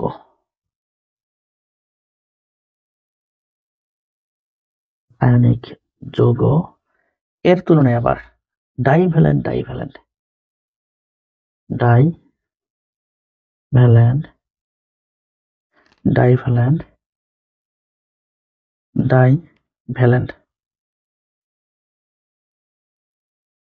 ডাইভ্যালেন্ট ডাইভ্যালেন্ট বিশিষ্ট বিশিষ্ট আয়নিক যৌগ আয়নিক যৌগ। আচ্ছা, আশা করি কিছু বোঝানো, তাই না? তো আমরা উদাহরণ দিলে বিষয়টা ক্লিয়ার হবে। যেমন এক নাম্বার উদাহরণে আসি। এখানে এক নাম্বার একটা উদাহরণ বাংলা এক দিলাম। মনে করো Na প্লাস F মাইনাস, এটা হচ্ছে মনোভ্যালেন্ট, এটাও মনোভ্যালেন্ট, মানে এখানে একটা চার্জ, মনো মানে এক, এক চার্জ, আর এটাও মনোভ্যালেন্ট চার্জ একটাই। এর তুলনায় ডাইভ্যালেন্ট Mg2 প্লাস। দেখো, মনোভ্যালেন্ট আয়ন বিশিষ্ট আয়নিক যৌগ হচ্ছে ডাইভ্যালেন্ট মনোভ্যালেন্ট। এখন ডাইভ্যালেন্ট মনোভ্যালেন্ট লিখি একটা, ডাইভ্যালেন্ট মনোভ্যালেন্ট F মাইনাস। প্রশ্ন, এটা এভাবে লিখলেন কেন? দেখো তো, আমরা কি লিখতাম? Mgf2 লিখতাম না? Mg এর যোজনী 2 এই পাশে আসতো, মানে ফ্লোরিনের কাছে আসতো, ফ্লোরিনের যোজনী 1 Mg এর কাছে আসতো। তো এই F2 কেই আমরা এইভাবে লিখলাম, এইভাবে লিখলাম, কারণ আমাদের মনোভ্যালেন্ট দেখাইতে হবে, তাই না? দেখো, divalent Mg2 plus, monovalent F minus লিখছি আমি। এর তুলনায় নাকি ডাইভ্যালেন্ট বিশিষ্ট আয়নিক যৌগের কি হবে? তোমার হাইড্রেশন এনথালপি বেশি হবে। তো সরি, লেটিস এনথালপি বেশি হবে। তো দেখি একটু Mg2+O2-। দেখো তো ডাইভ্যালেন্ট কিনা এটা, Mg2+ ডাইভ্যালেন্ট কেন, দুইটা চার্জ, O2-, 2-2- মানে দুইটা চার্জ আছে এখানে, 2-, এটা কোনো ডাইভ্যালেন্ট, ডাইভ্যালেন্ট আচ্ছা দেখে একটু গবেষণা করে। মনোভ্যালেন্ট মনোভ্যালেন্ট, এই যে monovalent monovalent, divalent monovalent, divalent divalent, তাহলে চার্জ যত বেশি হচ্ছে তত আমাদের, দেখো এখানে আয়নের চার্জ যত বেশি হয় তত লেটিস এনথালপির মান বেশি হয়। দেখো আমরা কিন্তু ক্রমটা সেভাবে সুন্দর করে সাজাইছি। আমরা যদি আরেকটা উদাহরণ দিই, যেমন K+F-, এটাও কিন্তু মনোভ্যালেন্ট, এর তুলনায় কিন্তু Ca2+F-, এটা কিন্তু ডাইভ্যালেন্ট মনোভ্যালেন্ট। কেন দুইটা এফ দিছি, ওই যে ঘুরে ফিরে একই কাহিনী, ক্যালসিয়ামের যোজনে 2, ক্লোরিনের কাছে আসবে CaF2 হবে, তো F2টাকে আমরা এভাবে লিখতেছি, দেখি তারপরে দেখো Ca2+ আর O2-, বুঝতে পারছো, এটা কিন্তু ডাইভ্যালেন্ট, 2 ডাইভ্যালেন্ট, এভাবে কিন্তু আমরা কাজ করতে পারি। তাহলে দেখো, তাহলে আমাদের কিন্তু ধীরে ধীরে চার্জ বৃদ্ধি পাওয়ার সাথে সাথে কি হচ্ছে, আমাদের লেটিস এনথালপির মান বৃদ্ধি পাচ্ছে। আমাদের যে হেডলাইন আছে, হেডলাইনের সাথে কিন্তু বিষয়গুলো মিলে যাচ্ছে। এটা কিন্তু আমার 1 নাম্বার পয়েন্ট গেল। দেখো রোমান সংখ্যা 1 দিছি এখানে, আয়নের চার্জ। এখন আমি দিব আয়নিক ব্যাসার্ধ। এখন আমি 2 নাম্বার যেটা দিব আয়নিক ব্যাসার্ধ। 1 নাম্বার গেল আমার, আয়নের চার্জ, 2 নাম্বার দিব এখন আমি আয়নিক ব্যাসার্ধ। আয়নিক ব্যাসার্ধ ও আন্তঃআণবিক দূরত্ব।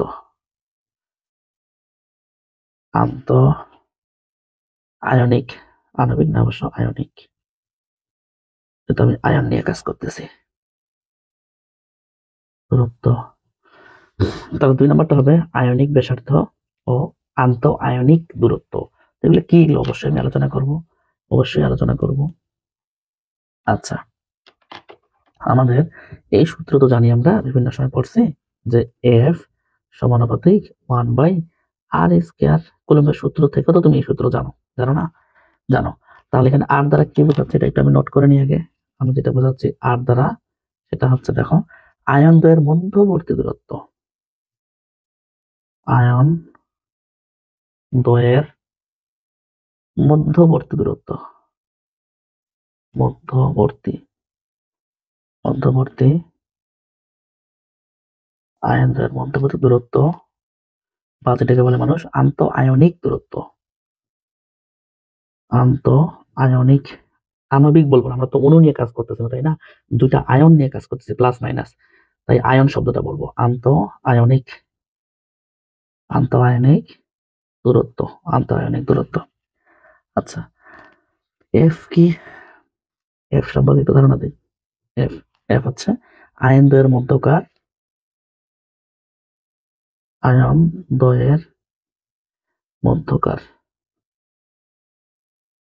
মধ্যকার, স্থির বৈদ্যুতিক আকর্ষণ বল, স্থির বৈদ্যুতিক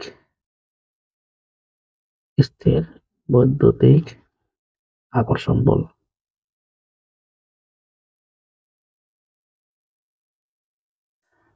আয়ন দ্বয়ের মধ্যকার স্থির বৈদ্যুতিক আকর্ষণ বল, এটা কিন্তু একটু মাথায় রাখতে হবে।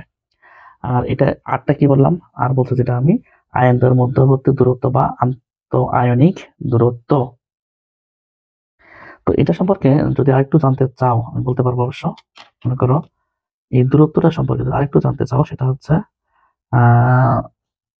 যা, আমি এখানে দেখি কালো কালি দিয়ে, যা ক্যাটায়নিক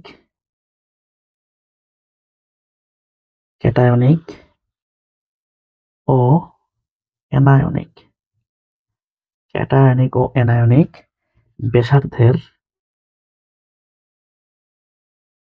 ব্যাসার্ধের যোগফলের সমান,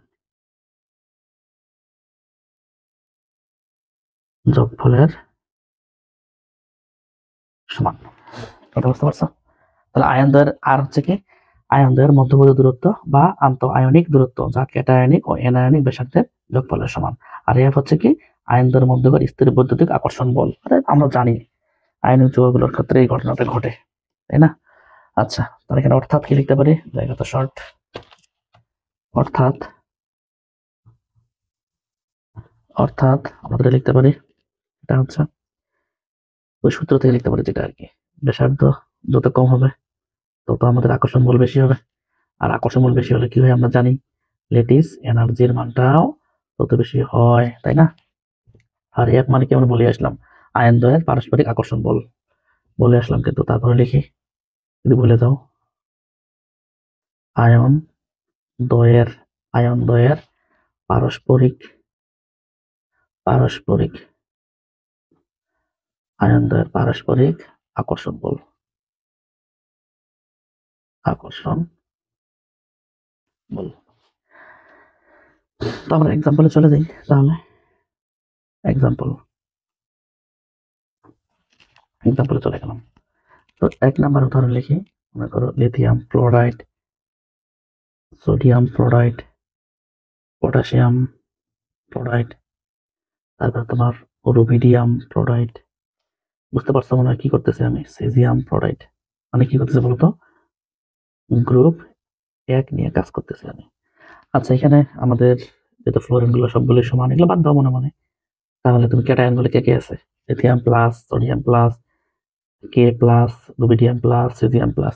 ক্যাটায়ন যত ছোট হবে তত নাকি আকর্ষণ বল বেশি হয়, আকর্ষণ বল নাকি যত বেশি হয় তত নাকি ল্যাটিস এনার্জি বেশি হয়। তো ক্যাটায়ন ছোট কার? অবশ্যই লিথিয়াম প্লাসের, তাই না? ক্যাটায়ন ছোট যদি হয় তার ল্যাটিস এনথালপি বেশি হবে। তো এই লজিকের ভিত্তিতে আমার কাছে মনে হয়েছে এই যৌগটার ল্যাটিস এনথালপি বেশি হবে। তারপরে এটা কম, এটা কম, সবচেয়ে কম হলো সিজিয়াম ক্লোরাইড। কথা বুঝতে পারছো? আচ্ছা, তাহলে আমরা আরেকটা উদাহরণ দিই। যেমন লিথিয়াম ক্লোরাইড, তারপরে তোমার আর কি লিথিয়াম ক্লোরাইড মানে 17 নাম্বার নিয়ে কাজ করতেছে আর কি, বুঝতেই পারতেছো। লিথিয়াম তোমার আর কি ব্রোমাইড, লিথিয়াম ব্রোমাইড। আচ্ছা, লিথিয়াম আয়োডাইড। তাহলে লিথিয়াম আয়োডাইডের তুলনায় কে হবে বলো? কার ল্যাটিস এনথালপি বেশি হবে? ব্রোমিনের। কেন? এখানে ধাতুগুলো সবগুলো সমান, দেখো ক্যাটায়ন গুলো lithium plus, lithium plus, lithium plus, lithium plus. কাকে নিয়ে কাজ করবো আমি? তাহলে আমি এই যে এগুলো নিয়ে কাজ করব, হ্যালোজেন গুলো নিয়ে কাজ করব। আর আগেরটাতে আমার সবগুলো এফ সমান ছিল, এফ এফ ছিল, তাই আমি ধাতু নিয়ে কাজ করছিলাম, মানে ক্যাটায়ন নিয়ে কাজ করছিলাম। বুঝতে পারছো? তাহলে এখানে এই লজিকের ভিত্তিতে আমাদের লিথিয়াম আর iodine, lithium iodide, lithium bromide. Iodine minus আর বিআর মাইনাসের মধ্যে বিআর মাইনাসটা ছোট, এই দুজনের মধ্যে তাহলে এর ল্যাটিস এনথালপি বেশি। বিআর মাইনাসের তুলনায় লিথিয়াম এই তোমার ক্লোরাইড আয়নের সাইজ ছোট, তাহলে এর আরো বেশি হবে ল্যাটিস এনার্জি। ক্লোরাইড আয়নের তুলনায় ফ্লোরাইড আয়ন মানে এফ মাইনাসের আয়ন আরো ছোট, তাহলে এর আরো বেশি হবে। কথা কি বুঝতে পারছো আমি কি বুঝাতে যাচ্ছি? একটু বুঝে নিও ফির, না বুঝলেও তো সমস্যা। আরেকটা উদাহরণ দিই। যেমন beryllium oxide, magnesium oxide, calcium oxide, SR strontium oxide, B A O barium oxide. তাহলে দেখো গ্রুপ 2 নিয়ে কাজ করতেছে, কিন্তু বুঝে নিও কাকে নিয়ে কাজ করতেছে। গ্রুপ 2। আর এখানে কাকে নিয়ে কাজ করলাম? গ্রুপ 17 নিয়ে কাজ করলাম। আর এখানে কাকে নিয়ে কাজ করতেছে? মৃৎকার ধাতু, যেটা গ্রুপ 2 নিয়ে কাজ করতেছে।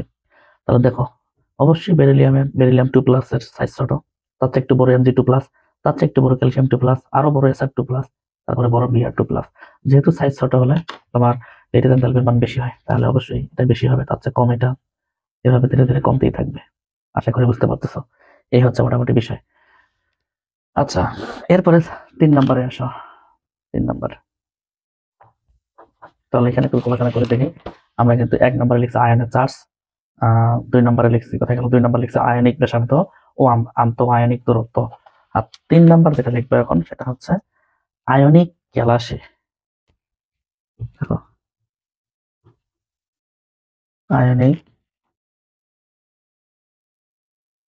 আয়নিক গ্যালাসে আয়ন সমূহের বিন্যাস, ion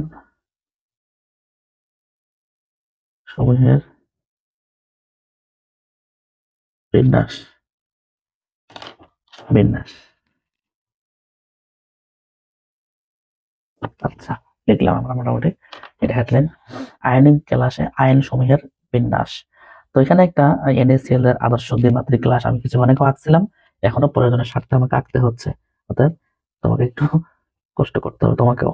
Na plus Cl minus, Na plus, তারপরে Cl মাইনাস, বেশ কিছু আঁকা যায়। তারপরে Na প্লাস দিলাম, তারপরে Cl মাইনাস দিলাম, ঠিক আছে। তারপরে এখানে আমি Cl মাইনাস দিলাম, Cl মাইনাস, তারপরে এখানে Na plus, Cl minus, Na plus, Cl minus, Na plus, তারপরে এখানে আবারও দিলাম আমি Na plus, Cl minus, Na plus, Cl minus, Na plus, Cl minus, তারপর এখানে দিলাম আমি Cl minus, Na plus, Cl minus, Na plus, তারপরে এখানে Cl মাইনাস এবং Na প্লাস। আমি চাইলে সুন্দর করে আঁকতে পারি একটু, কিন্তু আমি তো ছবি আঁকতে পারি না ভালো করে। এই ডিমগুলো দিচ্ছি, বুঝে নিও।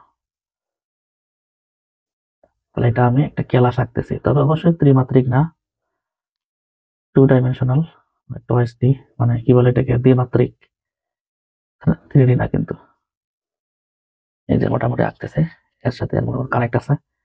কেলাস যেহেতু এর সাথে কানেক্ট আছে, মনে করো প্রত্যেকটার সাথে প্রত্যেকটা কানেক্ট আছে, প্রত্যেকটার সাথে প্রত্যেকটার কি আছে বলতো, কানেক্ট আছে, প্রত্যেকটার সাথে প্রত্যেকটা কানেক্ট আছে, এটা একটা মাথা রাখতে হবে। প্রত্যেকটার সাথে প্রত্যেকটার কানেক্ট থাকবে। আর কানেক্ট থাকার শক্তিটাকে মানুষ বলে লেটিস শক্তি। কানেক্ট থাকার শক্তিটাকে মানুষ বলে লেটিস শক্তি, এটা মাথায় রাখতে হবে। তাহলে এটা আমি কি আঁকলাম, এটা যদি একটু লিখে দিই, এটা হচ্ছে NaCl এর আদর্শ আদর্শ দ্বিমাত্রিক, 2 ডাইমেনশন যেটাকে বলে দ্বিমাত্রিক, দ্বিমাত্রিক কেলাস। এরকম কেলাস একটা আগে আঁকছিলাম কিছুক্ষণ আগে, তুমি নিজেও দেখছো। তাহলে এখানে 3 নম্বর যেটা হেডলাইন ছিল আমাদের, আয়নিক কেলাসের আয়ন সমূহের বিন্যাস। এখন এই জিনিসটা দ্বারা আমরা কি বোঝাচ্ছি সেটা একটু দেখতে যাচ্ছি। এখানে লিখি, এখানে লিখি এই টপিক সম্পর্কে, আয়নিক আয়নিক কেলাসের আয়নিক কেলাসের আয়নিক কেলাসের আয়ন সমূহের বিন্যাস। আয়ন সমূহের বিন্যাস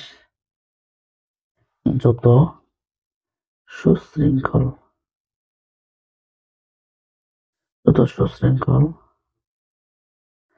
তার লেটিস এনার্জির মান, তার এলি এর মান কি হবে বলো, তত বেশি হয়, তত বেশি হয়। এইটুকু জানলেই হবে, এইটুকু জানলেই হবে।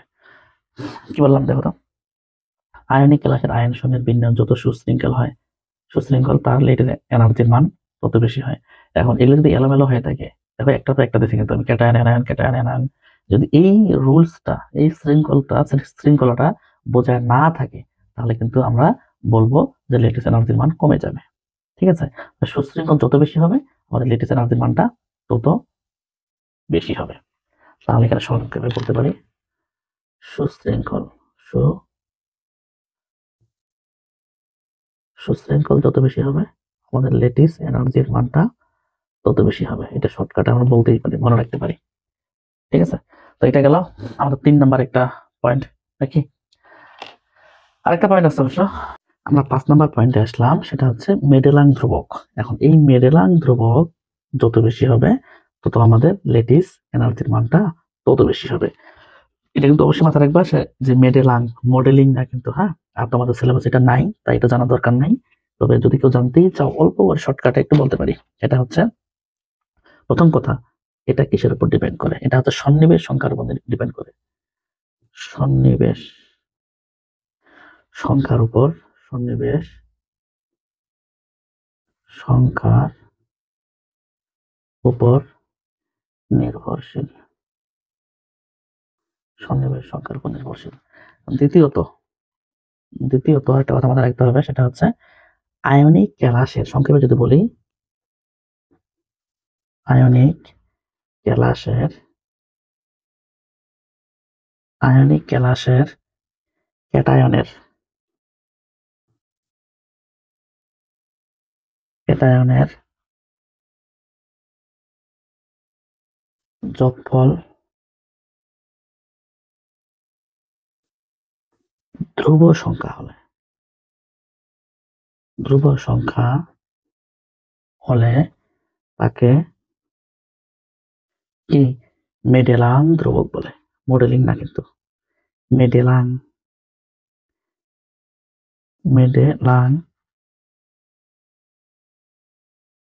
ধ্রুবক বলে। এটা কিন্তু এ দ্বারা প্রকাশ করা হয়। এ দ্বারা প্রকাশ করা হয়, এ দ্বারা প্রকাশ করা হয়। এটা সম্পর্কে তুমি এখন জানার দরকার নেই।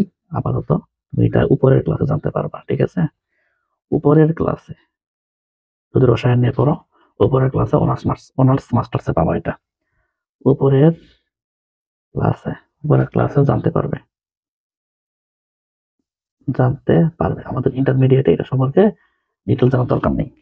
এইটুকু মাথায় রাখো যে মেডেলাং ধ্রুবক যত বেশি হবে, আমাদের লেটিস এনথালপির মান বা লেটিস এনার্জির মান তত বেশি হবে, ঠিক আছে?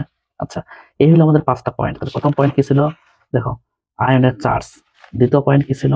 আমি যদি একটু সুন্দর করে দেখাই ভাবে, দেখো গোল করে দিলাম একবারে। 1 2 নম্বর কি ছিল? আয়নিক ব্যাসার্ধ ও আন্তঃ আয়নিক দূরত্ব। 3 নম্বর কি ছিল? দেখো, আয়নিক কেলাসে আয়ন সমূহের বিন্যাস। কারণ সুশৃঙ্খল বিন্যাস না হলে ঘটনাটা ভালো ঘটবে না। তাহলে আয়নিক ক্লাসে আয়ন সমূহের বিন্যাস সুশৃঙ্খল যত বেশি হবে, আমাদের লেটিস এনার্জির মান তত বেশি হবে। 3 নম্বর। তাহলে এটা কত নম্বর হলো? তাহলে আমাদের 5 নম্বর হবে না তো? এটা আমার 3, তাহলে এটা আমাদের 4 নম্বর হবে। একটু মিস্টেক হয়েছে তো, এটা তাহলে 4 নম্বর হবে। হ্যাঁ, এটা 4 নম্বর হবে। আমরা এখন গুরুত্বপূর্ণ একটা পয়েন্ট নিয়ে কাজ করব, সেটা হচ্ছে দ্রাবকে দ্রবণীয়তার শর্ত। এটা কিন্তু very very very very important, খুবই কাজে লাগবে। এটা কথা বুঝতে পারছো? এটা আমাদের যা যা আলোচনা করলাম তার মধ্যে এটা সবচেয়ে বেশি কাজে লাগবে। তো কি কাজে লাগবে? আমরা শর্টকাট তো বলছি, কেন বলবো কিছু কাহিনী। সেটা হচ্ছে আমাদের যে লেটিস এনার্জি আছে না, লেটিস এনার্জির মান যদি হাইড্রেশন এনার্জির মানের তুলনায় কম হয়, তাহলে কি হবে জানো? কেলাসটি পানিতে দ্রবীভূত হবে।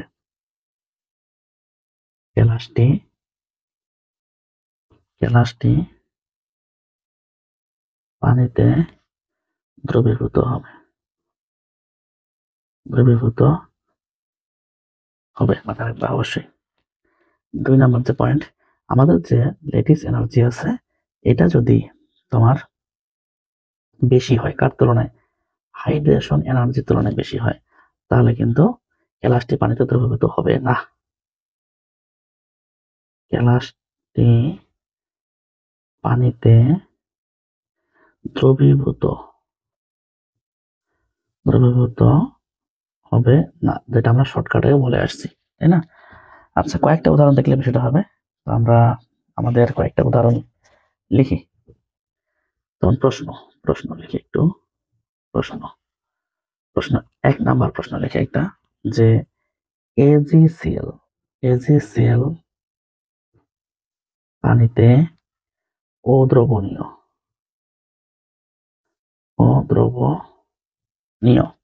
কিন্তু এজিএফ পানিতে দ্রবণীয় কেন?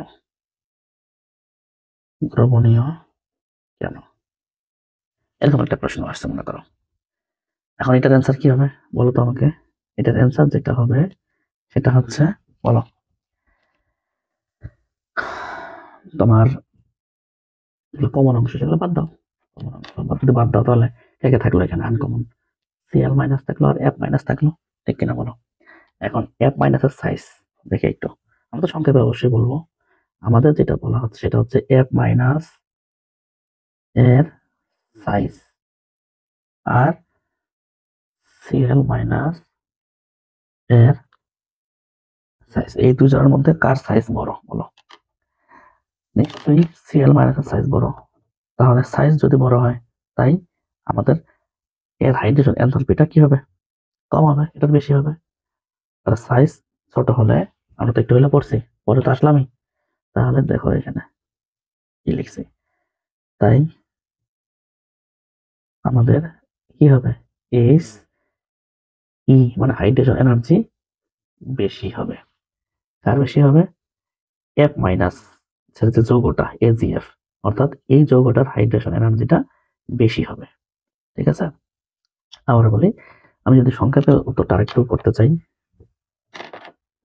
আমাদের এই যৌগটার যেহেতু অদ্রবণীয় বলছে, তাই না, তাহলে এটার লেটিস এনার্জিটা বেশি হবে, কিন্তু হাইড্রেশন এনার্জি যেটা সেটা কিন্তু কম থাকবে। আর এই যৌগটার, তোমার এই যৌগটার এজিএফ, যেটা পানিতে দ্রবণীয়, এটাই কিন্তু লেটিস এনার্জি কম, কিন্তু হাইড্রেশন এনার্জিটা বেশি। কেন বেশি? কারণ এখানে এফ মাইনাস যে আয়নটা তার সাইজ ছোট, দেখো ছোট না, যেহেতু ছোট তাই হাইড্রেশন এনার্জিটা বেশি থাকবে। এইভাবে তোমাকে ব্যাখ্যা করতে হবে। এটা গেল 1 নাম্বার কোশ্চেন। আমি দ্বিতীয় কোশ্চেনে যাচ্ছি।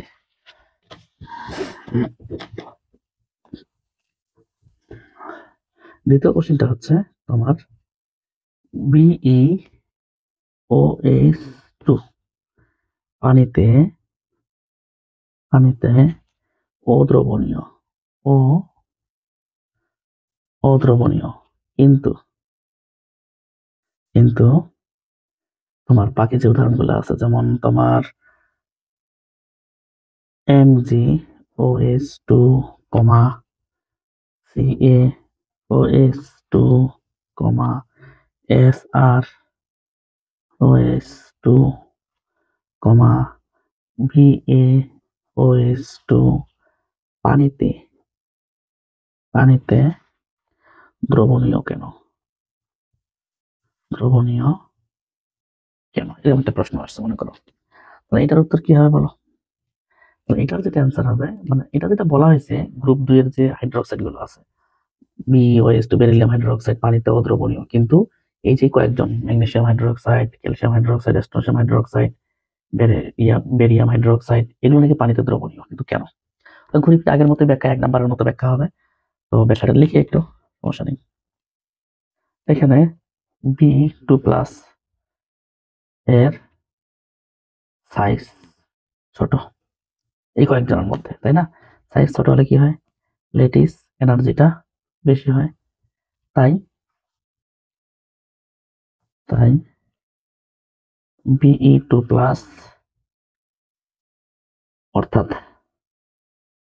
অর্থাৎ BeOH2 কি? অদ্রবণীয়।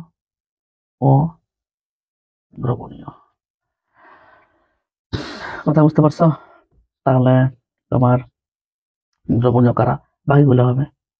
বাকিগুলো কারা? এই যে ক্যালসিয়াম হাইড্রোক্সাইড যে কয়েকটি উদাহরণ আছে, এদের মধ্যে আবার যদি এদের ক্রম বের করতে চাই, তাহলে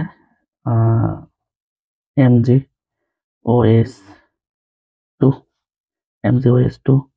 তারপরে তোমার CaOH2, তারপরে তোমার SrOH2, তারপরে তোমার BaOH2। ক্রমটা আমরা এভাবে বের করতে পারি যে বেরিলিয়াম হাইড্রোক্সাইড পানিতে দ্রবণীয়, কিন্তু এই যে বাকি যে উদাহরণগুলো, এগুলো পানিতে দ্রবণীয় কেন? কারণ এগুলোর হাইড্রেশন এনার্জিটা তোমার বেশি আর কি। আবার বলতেছে এগুলোর হাইড্রেশন এনার্জি কি? বেশি। তাহলে এখানে আমরা এভাবে লিখতে পারি, এই যে এই কয়েকটার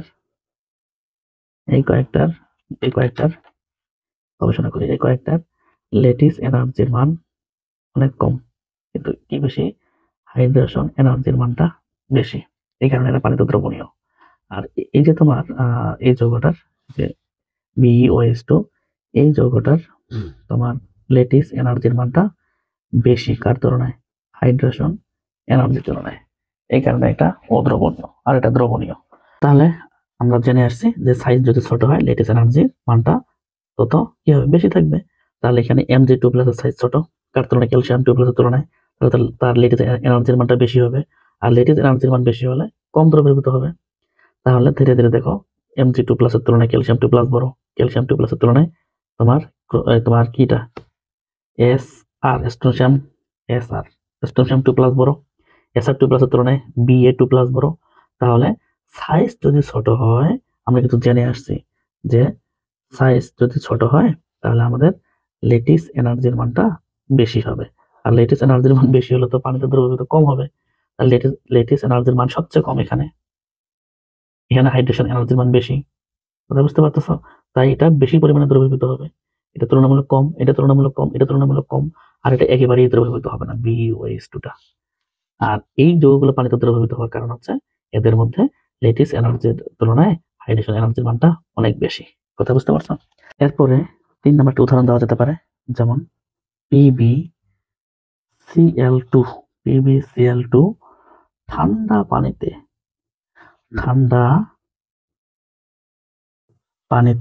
অদ্রবণীয় অদ্রবণীয় কিন্তু গরম পানিতে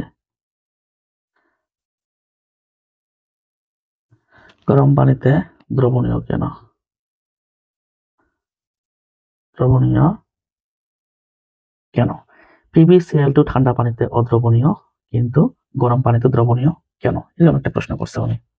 তো এটার কারণটা হবে এরকম, যে অ্যান্সার লিখে এখানে অ্যান্সার লিখে কিছুক্ষণ আগে অবশ্য শর্টকাটে আমরা এই কথাগুলো বলছিলাম যে তোমার ঠান্ডা পানিতে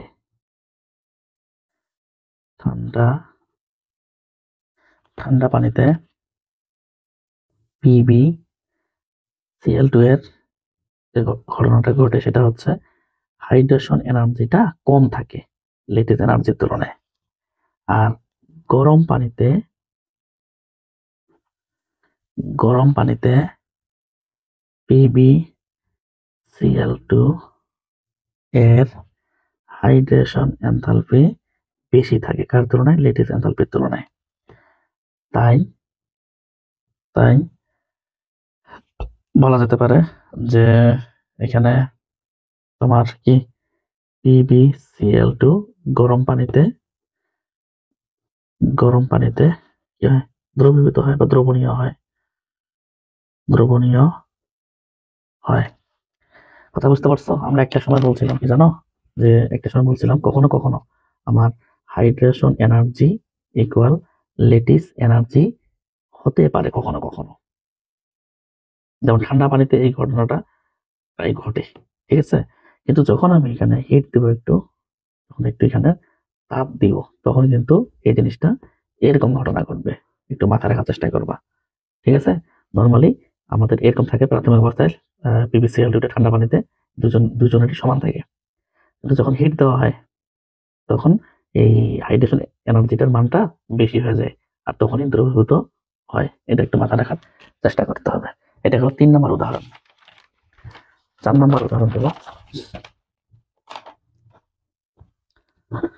4 নম্বর উদাহরণ আমি একটু দিব, যেমন 4 নম্বর উদাহরণে বলা যেতে পারে AgCl silver chloride, AgBr silver bromide, AgI তারপরে BaSO4 বেরিয়াম সালফেট, PbSO4 এগুলোর এই যে কয়েকজনের নাম লিখলাম এখানে আমি, লিখলাম না?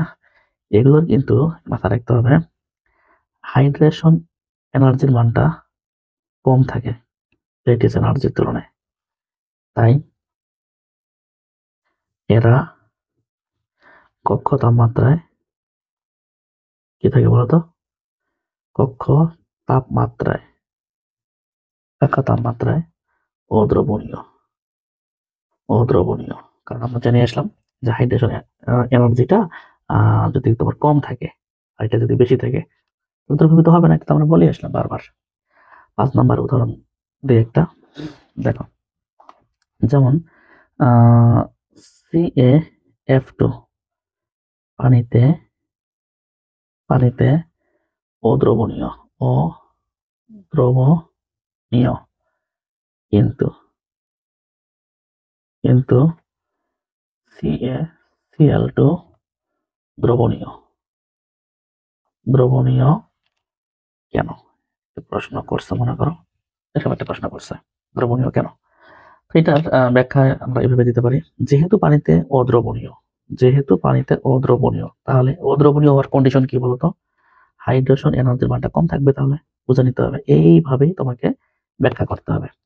আর যেহেতু এই জিনিসটা দ্রবণীয়, তাহলে এখান থেকে আমরা কি লিখতে পারি, এখানে আমরা এই যৌগটার হাইড্রেশন এনার্জির মানটা কি হবে, ল্যাটিস এনার্জির তুলনায় বেশি হবে, তাই দ্রবণীয়। এইভাবে আমরা ব্যাখ্যা করতে পারি। আমরা অনেক আলোচনা করলাম, আমার হাতগুলো ব্যথা করতেছে খুব, অনেকক্ষণ আলোচনা করার পর খুব বিরক্ত লাগতেছে, খুবই বিরক্ত লাগতেছে। তো তোমরা যারা বুঝবা না সেটা অবশ্যই কমেন্ট বক্সে কমেন্ট করবা। আমি যদি একটু শুরু থেকে দেখাই কি করলাম, জাস্ট একটু রিভিশন দিই। যেমন শুরুতে আমি আজকে আলোচনা করছিলাম হাইড্রেশন শক্তি ও ল্যাটিস শক্তি, এটা সারমর্ম বা শর্টকাট নিয়ে কাজ করছিলাম। আমি বলছিলাম হাইড্রেশন শক্তি হচ্ছে পানি দ্বারা ভাঙার শক্তি, আর ল্যাটিস শক্তি হচ্ছে তোমার যুক্ত থাকা বা কানেক্ট থাকার শক্তি। যদি এই কন্ডিশন হয় পানিতে দ্রবীভূত হবে, যদি এই কন্ডিশন হয় তাহলে পানিতে দ্রবীভূত হবে না। এক্সাম্পল হিসেবে আমি নিয়েছিলাম এ ও বি দুটি যৌগ, এ পানিতে দ্রবীভূত হয় কিন্তু বি হয় না কেন? যেহেতু দ্রবীভূত হয় তাহলে হাইড্রেশন এনার্জি বেশি হবে। এই যে দেখো এর ক্ষেত্রে তাহলে হাইড্রেশন এনার্জি বেশি হচ্ছে, যেহেতু বিটা দ্রবীভূত হচ্ছে না তাহলে নিশ্চয়ই বি এর ল্যাটিস এনার্জি বেশি হবে, হাইড্রেশন এনার্জি কম হবে। যদি কখনো এরকম হয় যে দুজনই সমান থাকে তখন কি হবে, তখন তাপ দিতে হবে, তাপ দেওয়ার পরে হাইড্রেশন এনার্জিটা বেশি হয়ে যাবে, যেটা আমরা কিছুক্ষণ আগে দেখে আসলাম। সাধারণত লেডের যৌগগুলো এই ঘটনাটা ঘটায় বেশি। কথা বুঝতে পারছো, কার যৌগগুলো? লেডের যৌগগুলো। এরপরে আমরা আলোচনা করছি তোমার আয়নিক যৌগের পানিতে দ্রবণীয়তা। এটা লাইক ডিজলভস লাইক, এই নীতিতে বিভিন্ন যৌগ বিভিন্ন দ্রাবকে দ্রবীভূত হতে পারে, যেমন দ্রাবক তেমন দ্রব, এই নীতিতে আমাদের যৌগগুলো দ্রবীভূত হয়, মানে আয়নিক যৌগগুলো দ্রবীভূত হয়। যেমন দ্রাবক তেমন দ্রব, এই নীতিতে দ্রবীভূত হয়। যেমন আয়নিক যৌগগুলো পলার দ্রাবকে দ্রবীভূত হয়, সমযোজীগুলো অপলার দ্রাবকে দ্রবীভূত হয়। আয়নিক যৌগ পলার দ্রাবকে, সমযোজী যৌগ অপলার দ্রাবকে কি হয়, দ্রবীভূত হয়। তো পলার দ্রাবক কি, যেমন এই যে কয়েকটা উদাহরণ লিখছি আমি, পানি, তরল অ্যামোনিয়া, নাইট্রিক অ্যাসিড, তরল সালফার ডাইঅক্সাইড, তরল H6 ইত্যাদি। H6 মানে এক্স, মানে তোমার হাইড্রোসিড যেগুলো আর কি, HCl, HI, HBr এগুলো। আর অপলার দ্রাবক কি, carbon tetrachloride, benzene, Tenzin, Tenzin তো না বেনজিন আর কি, বেনজিন, হেপটেন, তারপেন তেল, গ্যাসোলিন, কেরোসিন, ডিজেল ইত্যাদি। তার মধ্যে কেরোসিনের সংকেত কাজে লাগতে পারে। আর এখানে তোমার অপলারের মধ্যে কার্বন টেট্রাক্লোরাইড, বেনজিন এগুলো কাজে লাগবে। আর পলারের মধ্যে পানি, তরল অ্যামোনিয়া বা তরল H6 এগুলো কাজে লাগতে পারে আর কি। কথা বুঝতে পারছো? তারপরে আমরা আলোচনা করছি যে NaCl পানিতে দ্রবীভূত হয় কেন, আসলে কি কারণে হয়। ওই যে বললাম যেমন দ্রব তেমন দ্রাবক, তো আমাদের দ্রবটা হচ্ছে NaCl পোলার, Na+Cl- আছে, এখানে দেখো পানিটাও কিন্তু পোলার, আমরা আগে থেকে জানি, তাই এটা দ্রবীভূত হবে। এখন বিস্তারিত জানার জন্য আমরা এখানে ছবি টবি আঁকছি, এখানে একটা NaCl এর ক্লাস টেলাস আঁকছি অবশ্য, এভাবে তুমি কানেক্ট করে দিতে পারো, এভাবে কানেক্ট করে দিতে পারো, ভালো করে ছবি আঁকতে পারো, প্রত্যেকটার সাথে এভাবে কানেক্ট করে দিতে পারো তুমি, ঠিক আছে, কানেক্ট করে দিতে পারো। যাই হোক, এটা একটা NaCl এর 2 ডাইমেনশনাল ক্যালাস বা দ্বিমাত্রিক ক্যালাস আঁকছি আমি। তো এই ক্যালাসের দেখো পোলার দ্রাবকের অণুসমূহ যেমন পানি, কঠিন আয়নিক যৌগের ক্যালাস ল্যাটিসে অবস্থিত আয়নগুলোকে তীব্রভাবে আকর্ষণ করে ক্যালাস থেকে বিচ্ছিন্ন করে আনে। এখানে অনেকগুলো ক্যালাসের মধ্যে আয়ন আছে না, পানির অণু, এগুলো এই আয়নগুলোকে বিচ্ছিন্ন করে ফেলে। ধরে নিলাম যে আমাদের এই Na+টাকে, এই Na+টাকে আর এই Cl- পানির অণু বের করে নিচ্ছে, ধরে নিলাম এই দুইটা আয়ন বের করে নিচ্ছে। তারপরে কি হয় দেখো, তারপরে দেখো ওই দুইটা আয়ন কিন্তু বের করে নিয়ে আসছি আমরা, হ্যাঁ। Na+, পানির অণুগুলো ঘিরে ধরছে, 6টা পানির অণু। যেহেতু এটা প্লাস তাহলে পানির নেগেটিভ অংশটা থাকবে তার দিকে মুখ করে, আর যেহেতু এখানে Cl- নেগেটিভ তাহলে পানির পজিটিভ গুলো মুখ করে থাকবে। তুমি এটা 9 পরে আসছো, অর্থাৎ বিপরীতমুখী আয়নগুলো এভাবে থাকবে কিন্তু, হ্যাঁ। তাহলে যেটা বোঝা গেল প্রতিটি সোডিয়াম প্লাস ও ক্লোরাইড আয়ন 6টি করে, কয়টি করে, 6টি করে পানির অণু দ্বারা পরিবেষ্টিত থাকে এবং সুস্থির থাকে। আচ্ছা, এই প্রক্রিয়াকে আয়নের দ্রাবকায়ন বা সলভেশন বলে, হ্যাঁ, এবং নির্গত শক্তিকে দ্রাবকায়ন শক্তি বা সলভেশন শক্তি বলে। তবে পানির ক্ষেত্রে এটিকে হাইড্রেশন শক্তিও বলে। পানি মানে হাইড্রেশন মানে হচ্ছে পানি যোজন। তাহলে আমরা তো পানি দ্বারা কাজ করবো, তাই না? যদি আমরা দ্রাবক হিসেবে তরল অ্যামোনিয়া নিতাম, সালফার ডাইঅক্সাইড নিতাম, তখন তো আর হাইড্রেশন শব্দটা থাকতো না। দ্রাবকায়ন শব্দ থাকতো কিন্তু হাইড্রেশন শব্দ থাকতো না। হাইড্রেশন শব্দটা তখনই বলবো যখন পানি অ্যাড করবো, ঠিক আছে? তাহলে সকল হাইড্রেশন শক্তি হতে পারে তোমার দ্রাবকায়ন শক্তি, কিন্তু সকল দ্রাবকায়ন শক্তি হাইড্রেশন শক্তি হতে পারে না, যেটা আমি এখানে লিখছি। সকল হাইড্রেশন শক্তি দ্রাবকায়ন শক্তি, সেটা পানি হোক আর যাই হোক না কেন, তোমার দ্রাবকায়ন শক্তি হবেই। আর শুধু পানি নিয়ে কাজ করলে হাইড্রেশন শক্তি হবে। এখানে লিখছি সকল দ্রাবকায়ন শক্তি হাইড্রেশন শক্তি নয়। ওকে, এরপরে দেখো হাইড্রেশন শক্তি। হাইড্রেশন শক্তি আমরা আলোচনা করতেছি।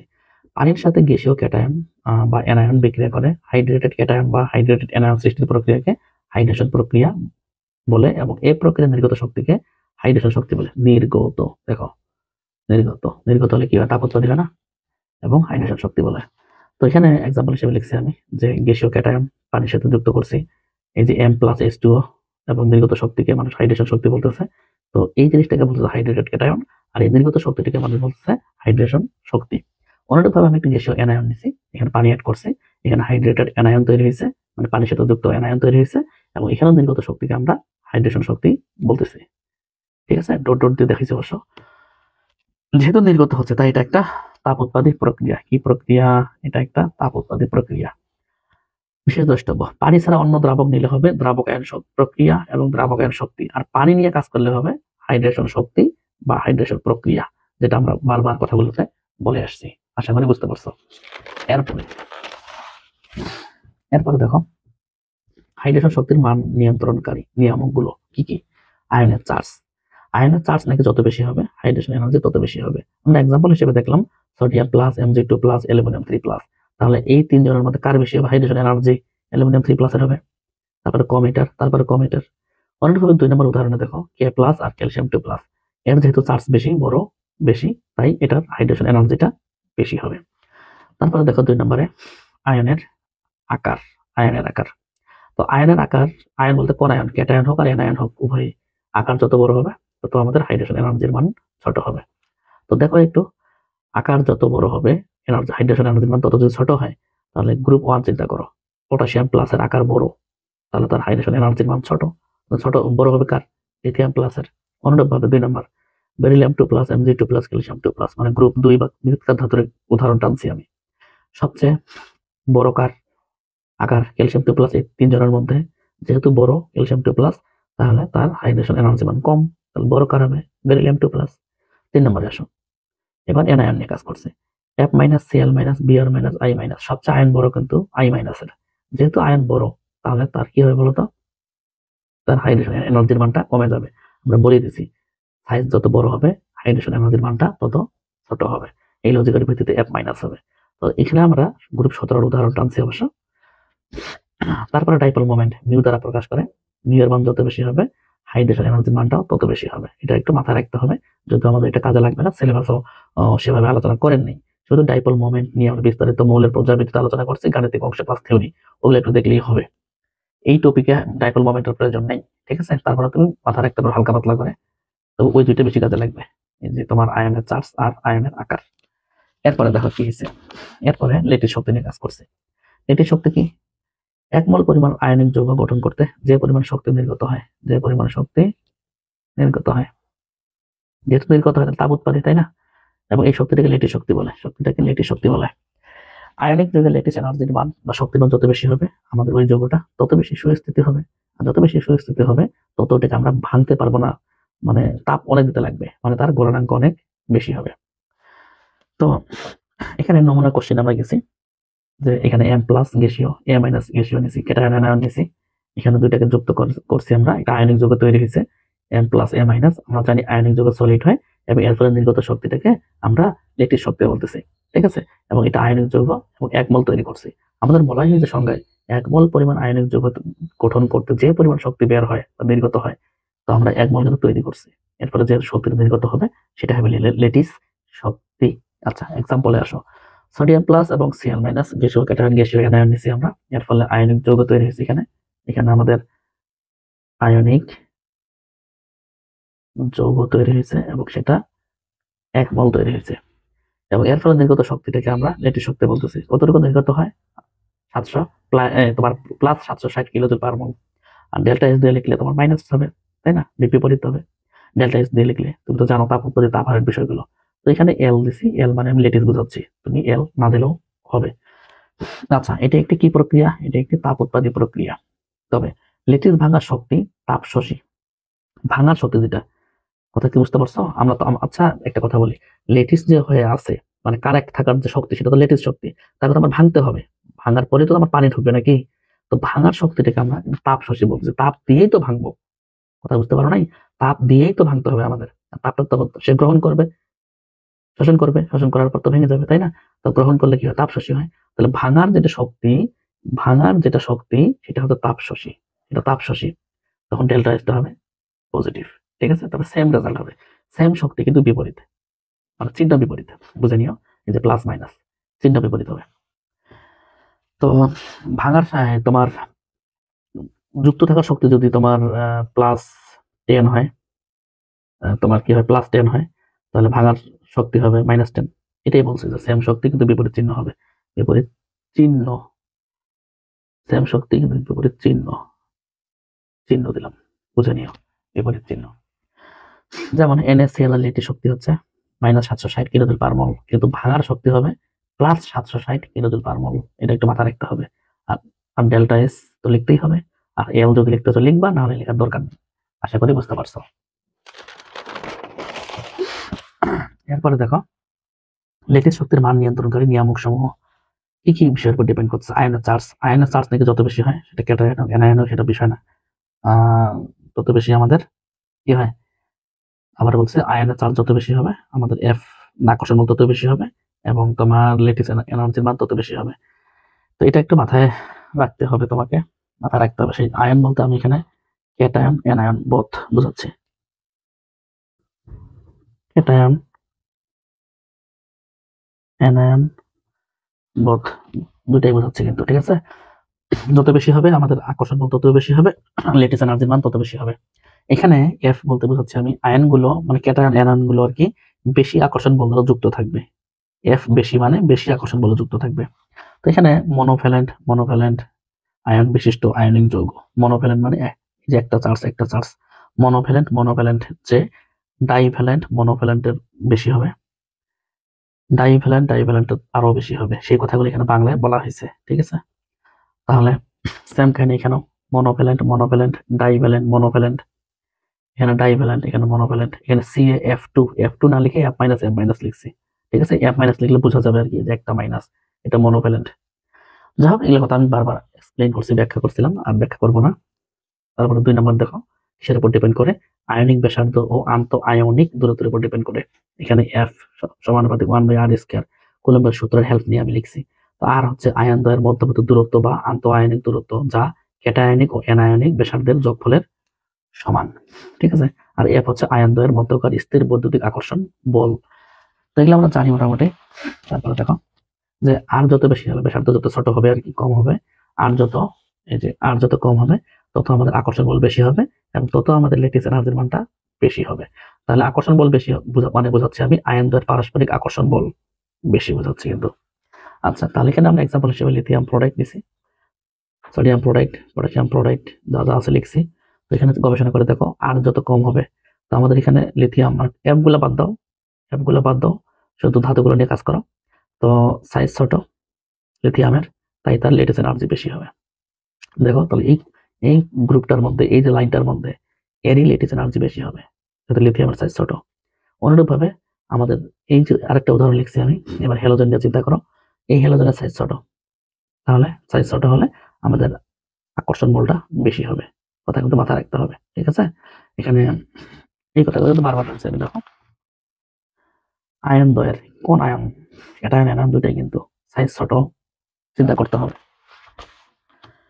অনুরূপভাবে 3 নম্বর উদাহরণটা তুমি বুঝতে পারবা, আশা করা যায়। এটা নিয়ে আর কথা বলবো না, বুঝে নিও। 3 নম্বরে আসো, আয়নিক কেলাসে আয়ন সময়ের বিন্যাস। এই যে আমরা NaCl এর আদর্শ দ্বিমাত্রিক কেলাস রাখছি, এখানে যদি প্লাস মাইনাস তো আমরা নিয়ম অনুযায়ী লিখছি, তাই না। যদি কোনো উল্টাপাল্টা হয়, শৃঙ্খলা সৃষ্টি হয়, তাহলে কিন্তু লেটিস এনার্জির মান কমে যাবে। যত বেশি সুশৃঙ্খল হবে তত আমাদের লেটিস এনার্জির মান বেশি হবে। দেখো সুশৃঙ্খল যত বেশি হবে, লেটিস এনার্জির মানটা তত বেশি হবে, ঠিক আছে। এটা হলো 3 নম্বর। এরপরে 4 নম্বর দেখো মেডেলাং ধ্রুবক। আমাদের মেডেলাং ধ্রুবকের মান যত বেশি হবে, আমাদের লেটিস এনার্জির মান তত বেশি হবে। মেডেলাং ধ্রুবককে কি দ্বারা প্রকাশ করা হয়? মেডেলাং ধ্রুবককে এ দ্বারা প্রকাশ করা হয়, ঠিক আছে। তো মেডেলাং ধ্রুবক আমরা অবশ্যই উপরের ক্লাসে জানতে পারবো। তারপর আমি সংক্ষেপে বলছিলাম যে সন্নিবেশ সংখ্যার উপর এই মেডেলাং ধ্রুবক ডিপেন্ড করে। পাশাপাশি আরেকটা কথা বলা যায়, সেটা হচ্ছে আয়নিক কেলাসের ক্যাটায়নের যোগফল ধ্রুব সংখ্যা হলে তাকে মেডেলাং ধ্রুবক বলে। বিস্তারিত উপরের ক্লাসে বুঝতে পারবেন। 4 নম্বর পয়েন্ট কিন্তু মেডেলাং ধ্রুবকের উপর ডিপেন্ড করে। আচ্ছা, তারপরে দেখো দ্রব দ্রাবকের দ্রবণীয়তার শর্ত। দ্রাবকে দ্রবণীয়তার শর্ত। দ্রব তো দ্রাবকে যুক্ত হবে, তারপর তো মিশে যাবে, তাই না। শর্ত কি? যদি লেটিস এনার্জির মানটা কম হয় হাইড্রেশন এনার্জির তুলনায়, তাহলে কিন্তু ওই কেলাসটি পানিতে দ্রবীভূত কি হবে, যদি উল্টা ঘটনা ঘটে দ্রবীভূত হবে না। এখন প্রশ্ন, AgCl পানিতে অদ্রবণীয়। যখনই অদ্রবণীয় শব্দ দেখছি ধরে নিছি তার লেটিস এনার্জির মানটা বেশি, এই কারণে অদ্রবণীয়। তার লেটিস এনার্জির মান হাইড্রেশন এনার্জির তুলনায় বেশি, তাই অদ্রবণীয়। কিন্তু AgF পানিতে দ্রবণীয়। বুঝে নিছি আমি, যেহেতু পানিতে দ্রবণীয় তাহলে তার হাইড্রেশন এনার্জির মানটা বেশি হবে। কেন হবে এর ব্যাখ্যা আমরা এখানে লিখছি যে Cl মাইনাস আর F মাইনাস এর মধ্যে F মাইনাস এর সাইজটা ছোট, যেহেতু F মাইনাস এর সাইজ ছোট তাই হাইড্রেশন এনার্জির মানটা বেশি। আলোচনা করে আসছি। আচ্ছা 2 নম্বর কোশ্চেন আসো। এই যে বেরিলিয়াম হাইড্রোক্সাইড পানিতে অদ্রবণীয়, বুঝাই গেল এটা লেটিস এনার্জির মানটা বেশি। কিন্তু এই যৌগগুলোর পানিতে দ্রবণীয়, কারণ এদের হাইড্রেশন এনার্জির মানটা বেশি আছে, ঠিক আছে। এবং তোমার যার সাইজ ছোট হবে তার হাইড্রেশন এনার্জির মানটা কি হবে, কম হবে। যার মানে ক্যাটায়নের কথা বলতেছি, যার সাইজ ছোট হবে Mg2 প্লাস সাইজ ছোট, তাই হাইড্রেশন এনার্জির মান ছোট। বিপরীতভাবে বলতে পারি অবশ্য যে যার সাইজ ছোট তার লেটিস এনার্জির মান বড়। কথা কি বুঝতে পারছো? এটাকে আমরা এইভাবে লিখলাম, অথবা ও আর অথবা দিয়েও লিখতে পারি যে সাইজ যদি ছোট হয়, সাইজ যদি ছোট হয় ক্যাটায়নের, তাহলে আমাদের হাইড্রেশন এনার্জির মানটাও কি হবে, ছোট হবে। কথা কি বুঝতে পারছো? এটা আমরা অথবা দিয়ে লিখতে পারি, কিন্তু তার কারণে এখানে আমরা লিখছি যে এই কয়েকটা উদাহরণের মধ্যে আমাদের দেখতে পাচ্ছি যে আমাদের হাইড্রেশন এনার্জির মানটা কি বেশি, কার তুলনায়, লেটিস এনার্জির তুলনায়, যার কারণে এরা প্রত্যেকেই পানিতে দ্রবীভূত হয়, তবে কেউ অল্প হয় কেউ বেশি হয়। কার কারণে হয় যে আমরা এখানে ব্যাখ্যা দিছি, সুন্দর করে বুঝে নিও। 3 নম্বরে আসো, PbCl2 ঠান্ডা পানিতে অদ্রবণীয়, বোঝাই গেল তাহলে লেটিস এনার্জির মানটা বেশি, কিন্তু গরম পানিতে দ্রবণীয়, তার মানে বোঝা গেল হাইড্রেশন এনার্জির মানটা গরম পানিতে বেশি হয়ে যায়। এই যে এখানে আমরা ছোট্ট করে নোট করে দিছি, ঠান্ডা পানিতে PbCl2 এর HE মানে হাইড্রেশন এনার্জির মান কম এর তুলনায়, যার কারণে অদ্রবণীয়। কিন্তু গরম পানিতে PbCl2 এর HE এর মানটা বেশি হয় Li এর তুলনায়, তাই PbCl2 গরম পানিতে দ্রবণীয় হয়। কথা কি বুঝতে পারছো? তো যদি কখনো এরকম সিচুয়েশন ধরে যে হাইড্রেশন এনার্জি এবং লেটিস এনার্জি সমান হয়, তখন কি হবে, তাপ দিতে হবে, একটু তাপ দিলেই আমার হাইড্রেশন এনার্জির মানটা বড় হবে, তখন পানিতে দ্রবীভূত হবে। কথা কি বুঝতে পারছো? এটা একটু অবশ্যই মাথায় রাখতে হবে। এটা হলো 3 নম্বর উদাহরণ। আমরা যদি 4 নম্বর উদাহরণে আসি, যে কয়েকটা উদাহরণ লিখছি, silver chloride, silver bromide, silver iodide, barium sulphate, lead sulphate, এগুলো কিন্তু প্রত্যেকটারই হাইড্রেশন এনার্জির মানটা লেটিস এনার্জির মানের তুলনায় কম থাকে, যার কারণে এরা পানিতে কি কক্ষ তাপমাত্রায় এরা অদ্রবণীয়, তাই এরা অদ্রবণীয়। 5 নম্বর উদাহরণ দেখো, ক্যালসিয়াম ফ্লোরাইড পানিতে অদ্রবণীয়। অদ্রবণীয় মানেই হচ্ছে তোমার লেটিস এনার্জির মান বেশি এবং হাইড্রেশন এনার্জির মান কম। কিন্তু ক্যালসিয়াম ক্লোরাইড দ্রবণীয় মানে কি, হাইড্রেশন এনার্জি বেশি হবে তাহলে, আর লেটিস এনার্জি কম। এইভাবে কিন্তু আমাদের এই টাইপের উদাহরণগুলো মনে রাখতে হবে এবং এই টাইপের কোশ্চেনগুলো সলভ করতে হবে। আমি অনেক কথা বললাম, আমি মানে নিজে খুব টায়ার্ড। এখন বাজে রাত কয়টা? এখন বাজে রাত 12:30। এই শীতকালে 12:30 মানে জানো এটা 2টা বাজা, 2টা 2:30 বাজা। তো এখানে শেষ করলাম, ভালো থেকো। আর কি বলবো, কিচ্ছু বলবো না, দোয়া করিও। আল্লাহ হাফেজ।